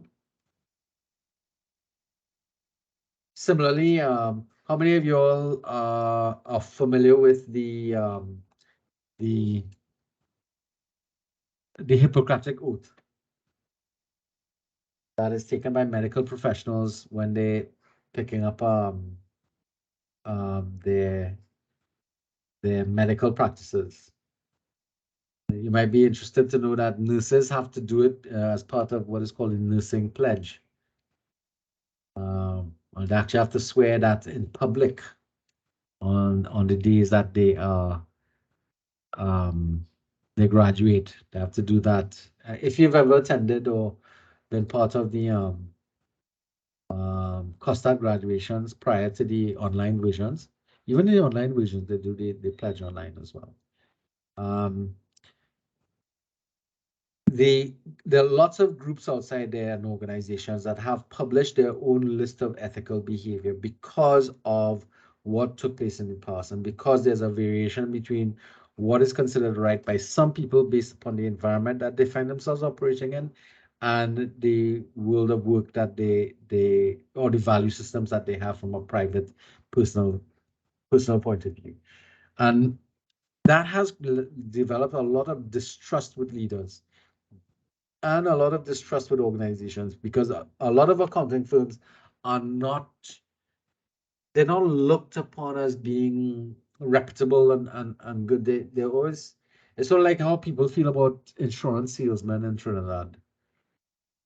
How many of you When you hear somebody selling insurance, what do? Run. I'm sorry. How do you all feel about insurance agents? Anybody? Come, somebody respond. Not telling you what you're saying is right or wrong. Just looking for what your reactions are.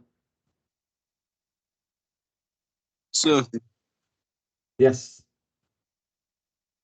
I feel like at some point you begin to feel like they're handing out a pamphlet and they're giving them these questions to ask and these things to say, and it's kind of outplayed, and the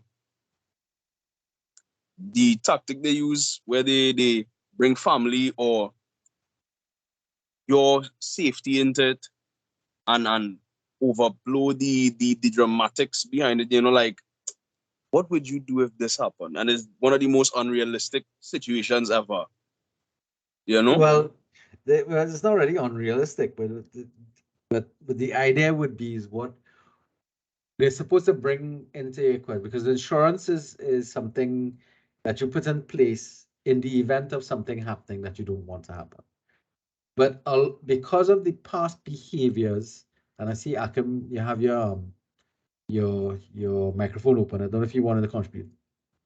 Um, I was gonna add to what he's saying. Go ahead.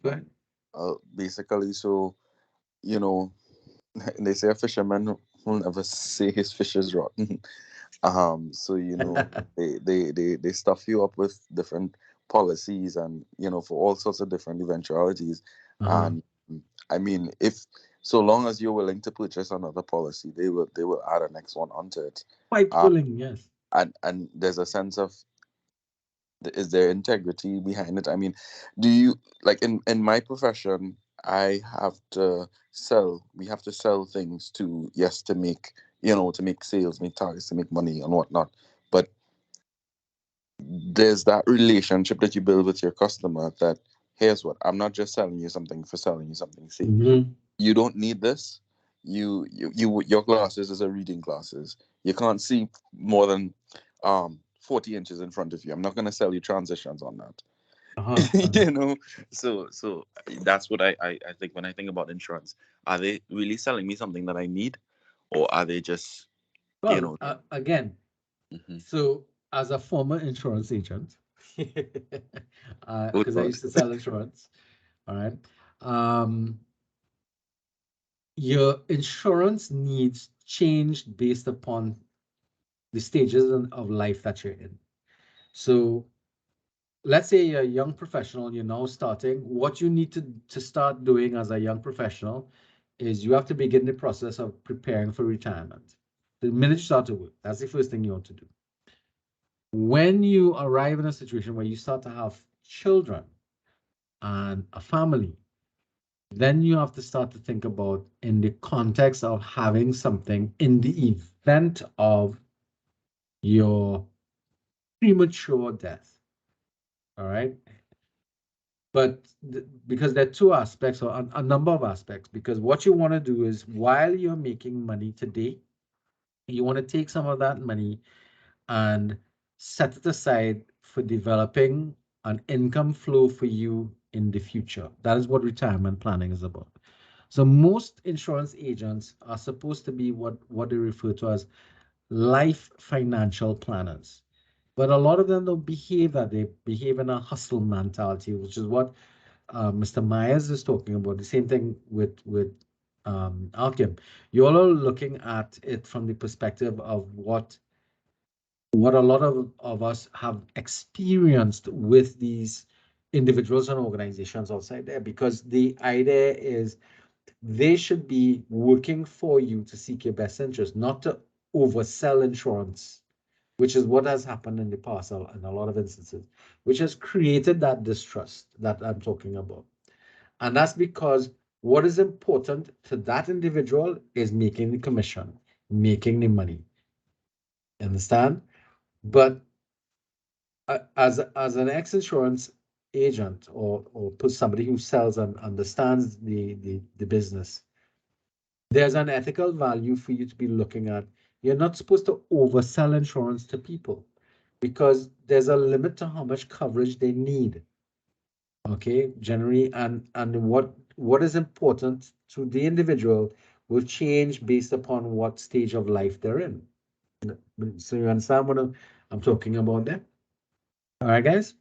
So the idea here about this is that what I was asking or talking about was where you have to work in an organization where their values for the organization are not aligned with the values that you have. That can become problematic if you have a disconnect between the two. And if you have to work in that that type of environment, you would find yourself not lasting there very long. But or if you end up working in that organization, you'll find yourself extremely dissatisfied with the job. And you basically at the end of the day, you can't wait to get out of the business space. Because that's the nature of how things work in that thing. I wish you all never to work in a circumstance like that. Because that level of cognitive or discontent that you can feel has in the past made people seriously ill in jobs that they operate in. All right. So the main thing about the model that we're talking about here is that in part of the process of getting to know who you are, you also need to be looking at what are the things you value the most. And when you're joining organizations or becoming part of the organizations, one of the things you need to be paying attention to are what are the goals and objectives of the organizations, and do they coincide with the goals and sorry, the standards and values you have in your own personal life? Because once they work together, then fine. All right. But once they are in odds with each other or at odds with each other, this is going to create problems for you. Now, as a leader, you want to also be paying attention to whether or not the goals and the values that you're exhibiting is true to you as the individual. All right, so it's not something that you're just putting on for show, because if that's the case, it's going to eventually rear its head later on. So you have to be careful with that as well. And it's important because that is going to be the bedrock upon which the relationship you develop with people around you is going to be based on. If you have questionable moral values, it's going to eventually show itself. I think a number of politicians have fallen into this thing. They start off as being um, holier than thou, and then all of a sudden all kind of stuff just starts to come up about them. But this was already there. It was part of who you were or are, but eventually you presented yourself as something different, and then now the truth has come out. So it becomes a whole thing. And to get away from that type of thing, make sure that you are the person you say you are. All right? You don't know skeletons in your closet all over the place. I can think of a number of circumstances where people have found themselves where there's been I remember one CEO of a large local company uh, was having an affair, um, and had to end up not retiring, resigning from the company because of that behavior, because of the nature of the organization he was working with, and worse than that, the person he was having an affair with was an employee of the organization. So that was against HR policy. So it was something else, and he had to end up leaving. He lost everything in that particular job. He was dismissed from the position of being CEO of a very large company here in Trinidad, and he was a foreigner as well. So he was brought in by an international forum to run this company. He started to behave like he was kind of handsy pansy kind of guy, and ended up losing the job based upon allegations Well, it wasn't allegations actually. His wife ended up divorcing him and all kind of thing. Right? But he portrayed the image of being family man, church going, and all this kind of thing. And this happened. Now, I'm not saying that there was some other issues going on in his life that might have caused the whole situation. But when you're in a circumstance, you have to be careful about what you're doing when you are representing an organization, especially at that level of leadership. You can't afford for your ethical values to slip and fall. So you have to do some serious introspection as to what are your values and what is the critical things that you want to stand on as a leader in the organization. So those are the things that are going to be is important in the model. Understanding your ethical values is critical, and you want to have the highest values so that you become an example of what those things are to the rest of the world. Now, as opposed to ethical values, you have moral values, and moral speaks to those things of being right or wrong. And again, moral values changes from country to country.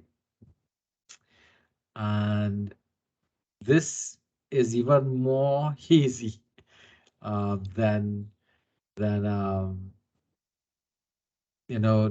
other things, than ethical values, because ethical values are those things that is important to you. But what is moral behavior is also questionable in different cultures, different parts of the world.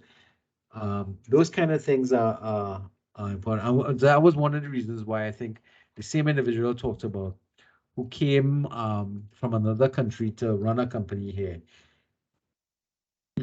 had an issue with some moral values that they were talking about him, because where he came from, I guess that type of activity was probably going to be less problematic in terms of running a business, because they see it as two different activities altogether. So defining what is wrong, what is right, that is also something that you have to come to grips with. There are some general things that we accept as general principles upon this, and we have two presentations, two chapters that are going to examine this because of how important it is. We're going to look at the relational leadership approach to ethical values and ethical decision-making processes. And we're also going to look at the DAFT model in terms of that. So we have two presentations because of how important this thing is in relation to that. Okay, so the philosophy of the leadership program that we're looking at is that your leadership has to be values driven. So based upon what you are holding to be the most important things in life is what you're going to utilize to drive your leadership practice. All right, and you want to be ethical in your treatment of other people in accomplishing those particular goals and objectives. So understanding what is ethics, what is morals, and understanding the bedrock nature of that activity in terms of your leadership practice is a critical element that you have to pay attention to. And as I said, ethics and moral values and ethical decision making is going to be dealt with in a lot of detail in two presentations. So have a look at what I had to say here, what the text says about it, because this is one of the areas that leaders tend to fail in very quickly. Their ethical values. It sometimes rears its head very quickly, or sometimes it's very insidious in its nature that it's just sitting at the back there. Some people are aware of it, other people are not, and it's a whole set of things that go on that some people are unaware of. So you give off an image of yourself to the wider society, but in reality, you're a different individual. And that is unfair to people that you're leading, because you ought to really be the person you think you are, say you are, that kind of stuff. So have a look at this section of the presentation, because I'm not going to go into too much details here with you in terms of the ethical, but it is one of the critical parts of the leadership model. So pay attention to the activities that are involved with this, because it's going to be critical in terms of developing your own styles of it. In fact, you will have a fair lot of examples in terms of this. So leading by example, what do I stand for? Ask yourself these questions. What do I stand for? And how far am I willing to go to advance the common good or to do the right thing? Now, another question you can ask yourself is, how far would I be willing to go to put myself before everybody else? Ask that kind of question. Now, these aren't questions that I'm asking you all to answer here, but these are questions that you will be examining when you do your self-analysis and your reflections, because these are some of the things that will begin to show itself. What are your value systems? What do you really hold as being critical and important to you? And that actually kind of shows itself up in your behaviors going forward. All right. So modeling the way is the because leaders have to lead by example. That's what one of the things that they talk about in this model as well. You have to become the example of what you want other people to do. And you have to empower people to want to become like you. Modeling the ways is part of the issues that part of the practice that you have to get involved with. All right, so I'm coming up close to 8:15. So I want to get so leading by example. We can understand the importance of this because it's not thing we talked a lot already about the fact that relational leadership is a process, and the reason why it's a process is that we want to be able to go through this process, develop, and come back again and continue rolling the process a few times over and over and again to help develop our skills over time, because leadership is not just a one and done. It's a process of developing yourself over time. Become better leaders as we move through the whole process of getting involved with it. All right. See any other critical things here? Cooperation, collaboration, we talked a lot about that. Group work and teamwork, that's what this comes under. Meaning making. And we talked about mattering, so things have to mean things to people. I think all of this, you all can go through this. All right, this last part here, reflection and contemplation. In terms of the process, this is an important and critical one, and it's one that we oftentimes marginalize in the process. Reflection and contemplation, which means sit back, think about what happened, and try to evaluate, figure out what went wrong, what was right, how did you feel about it? What was your reactions to it, that type of stuff, and what can I learn from this? So the idea here is to get into the practice of using reflection and contemplation as a tool to help to develop your leadership potential and your leadership skills. Because only when you do reflection can you actually grow from what is happening. In a lot of instances, in a lot of organizations, you don't find the time for that level of reflection because the operational aspects of things like so swift in its operation that you find that you don't seem to have time for it. And that's not what this model is asking for. Is asking you to find some time and do that reflection. Now, there was a period of time, and I think some organizations still do it to some degree, that you'd engage in organizations engage in like weekends of reflection. And I remember at one point in time, it got so popular that hotels used to offer specials for people to do some both rest and reflection and relaxation. But a lot of reflection and planning and strategy development was done during these kind of things. But reflection is important because it's important for the simple reason that we need to be able to look at what we're doing in a more critical environment, with taking the time to be able to analyze why this happened, why did it happen that way, what was good, what was bad, what can I take from the exercise and try to repeat, and what I need to avoid in the future moving forward. And now, how many of you all engage in reflection, let's say at the end of a semester, when you get your results and stuff like that? You think about what happened and um, do you engage in reflection and contemplation, rumination, as it's referred to sometimes? Anybody? Do you Yes, sir. ruminate? When would you do that? At the end, probably after the results are out, Uh-huh.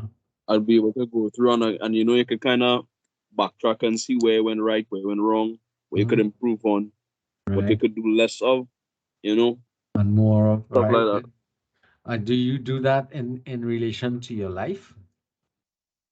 In life, in work in general. Good. That's a good practice. Anybody here uses journal writing or diaries?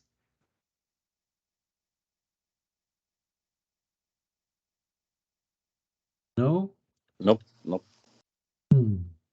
That's a practice actually that can uh, can actually help. And you could write a diary and destroy it. Huh? So you don't.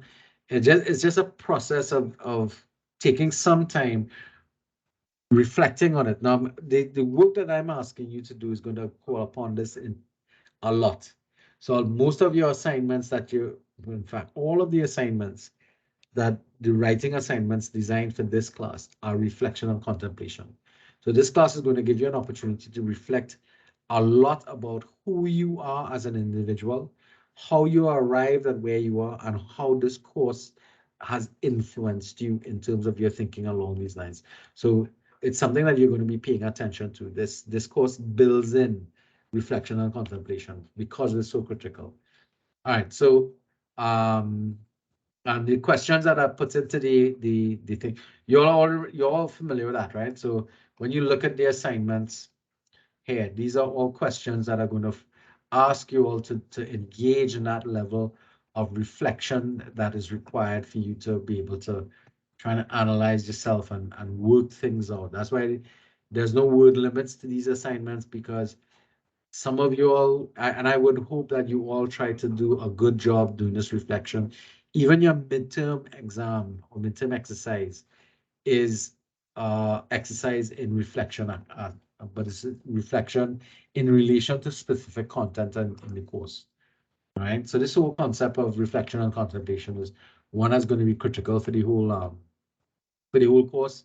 And because it's so important, all of your assessments are really built up around it. All right.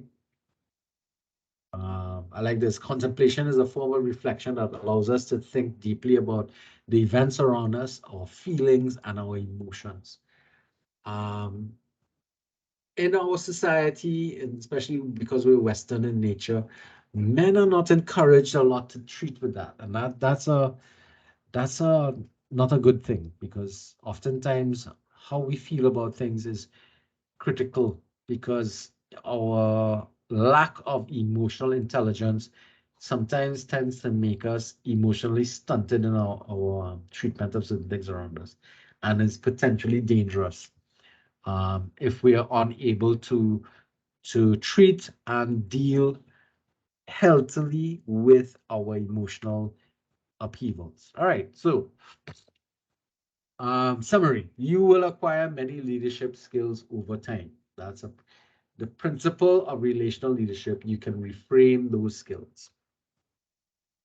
Involve more people, empower voices that might have been excluded before, make sure no one is railroaded, and that fair decisions are made. So here we're talking about overall. Involve others in building an agenda and use collaborative practices. Even if you do not agree with this approach, you would feel more comfortable suggesting a different model because the tone of the group is one of involvement and participation. Take the time needed to build a sense of community in a group, acknowledging that, taking the time needed to build a sense of community in a group acknowledges that relationships are central to effective leadership. Relational leadership is purposeful, inclusive, empowering, ethical, and about the process. Attention to those particular practices build a strong organization with committed participants who know that they matter. So these are just reiterations of all the things that we've been talking about. Now, the chapter itself goes into a lot of detail about this whole concept. So as I said, take some time, review these slides, and reflect on the type of leader this model suggests you should be. So good luck with that.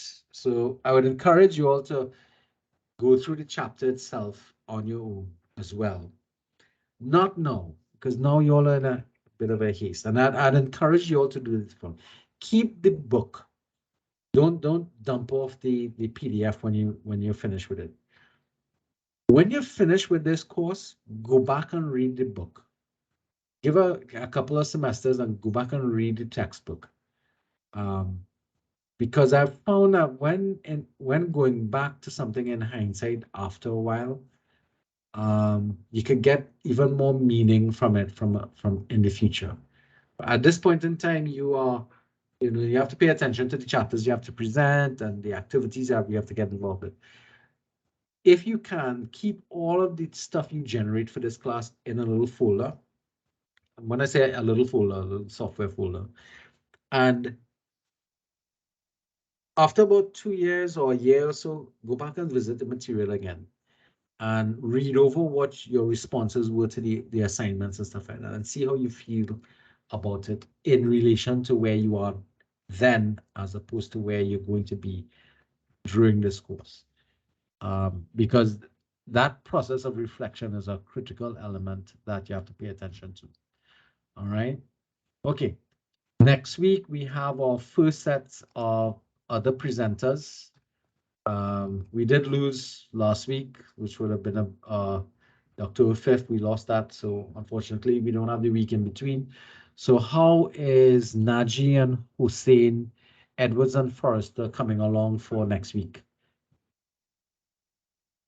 Hey, sir. Well, I got a little setback with the flood issues, but Right. I did a good job. She actually completed most of her part, so just need to finish mines. All right, good. I know we're supposed to ask. Well, you say you give us the time frame. Well, you said that these are smaller parts. Should I be like? yeah, it doesn't matter. You'll have up to an hour and a half per session. You're probably up to an hour and a half. There's 3 hours a class. You have up to an hour and a half for your presentation. But you all should need to take as much as that. Okay, noted. The first couple of chapters tend to be a little more easier. What about Adina? Are you still here? Me, sir? Yeah, Naji. Yeah. Yeah. How I see your partner bigging you up, so I mean, we okay? Yeah, everything good so far, sir. Right. Okay, what about Edwards and Forrester? Forrester's So I here. believe so it's going good so far. Tanisha would have finished her part, and now it's just for me to create basically the PowerPoint for us to present and everything, but it's going good. All right, good. So Tanisha, you're in agreement to see again your partner bigging you up, so you seem to be doing a good job. Hello?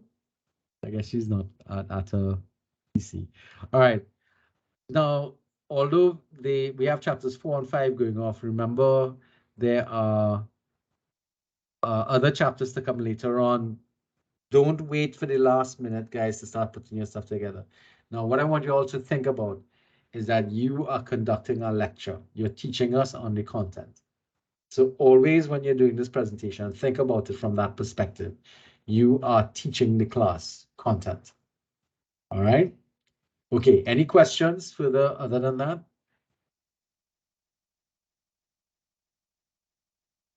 So then it's just the presentation would have to be uploaded or anything, or No, yeah, okay. So don't upload anything until I tell you to.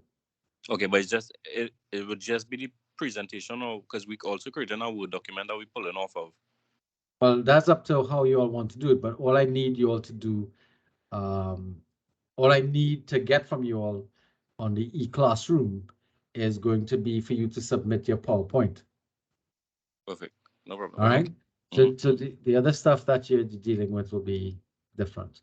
Script. All right, I'm good. All right, your script and stuff like that. No, you don't have to submit that unless you want to. All right, so I'm gonna stop the recording.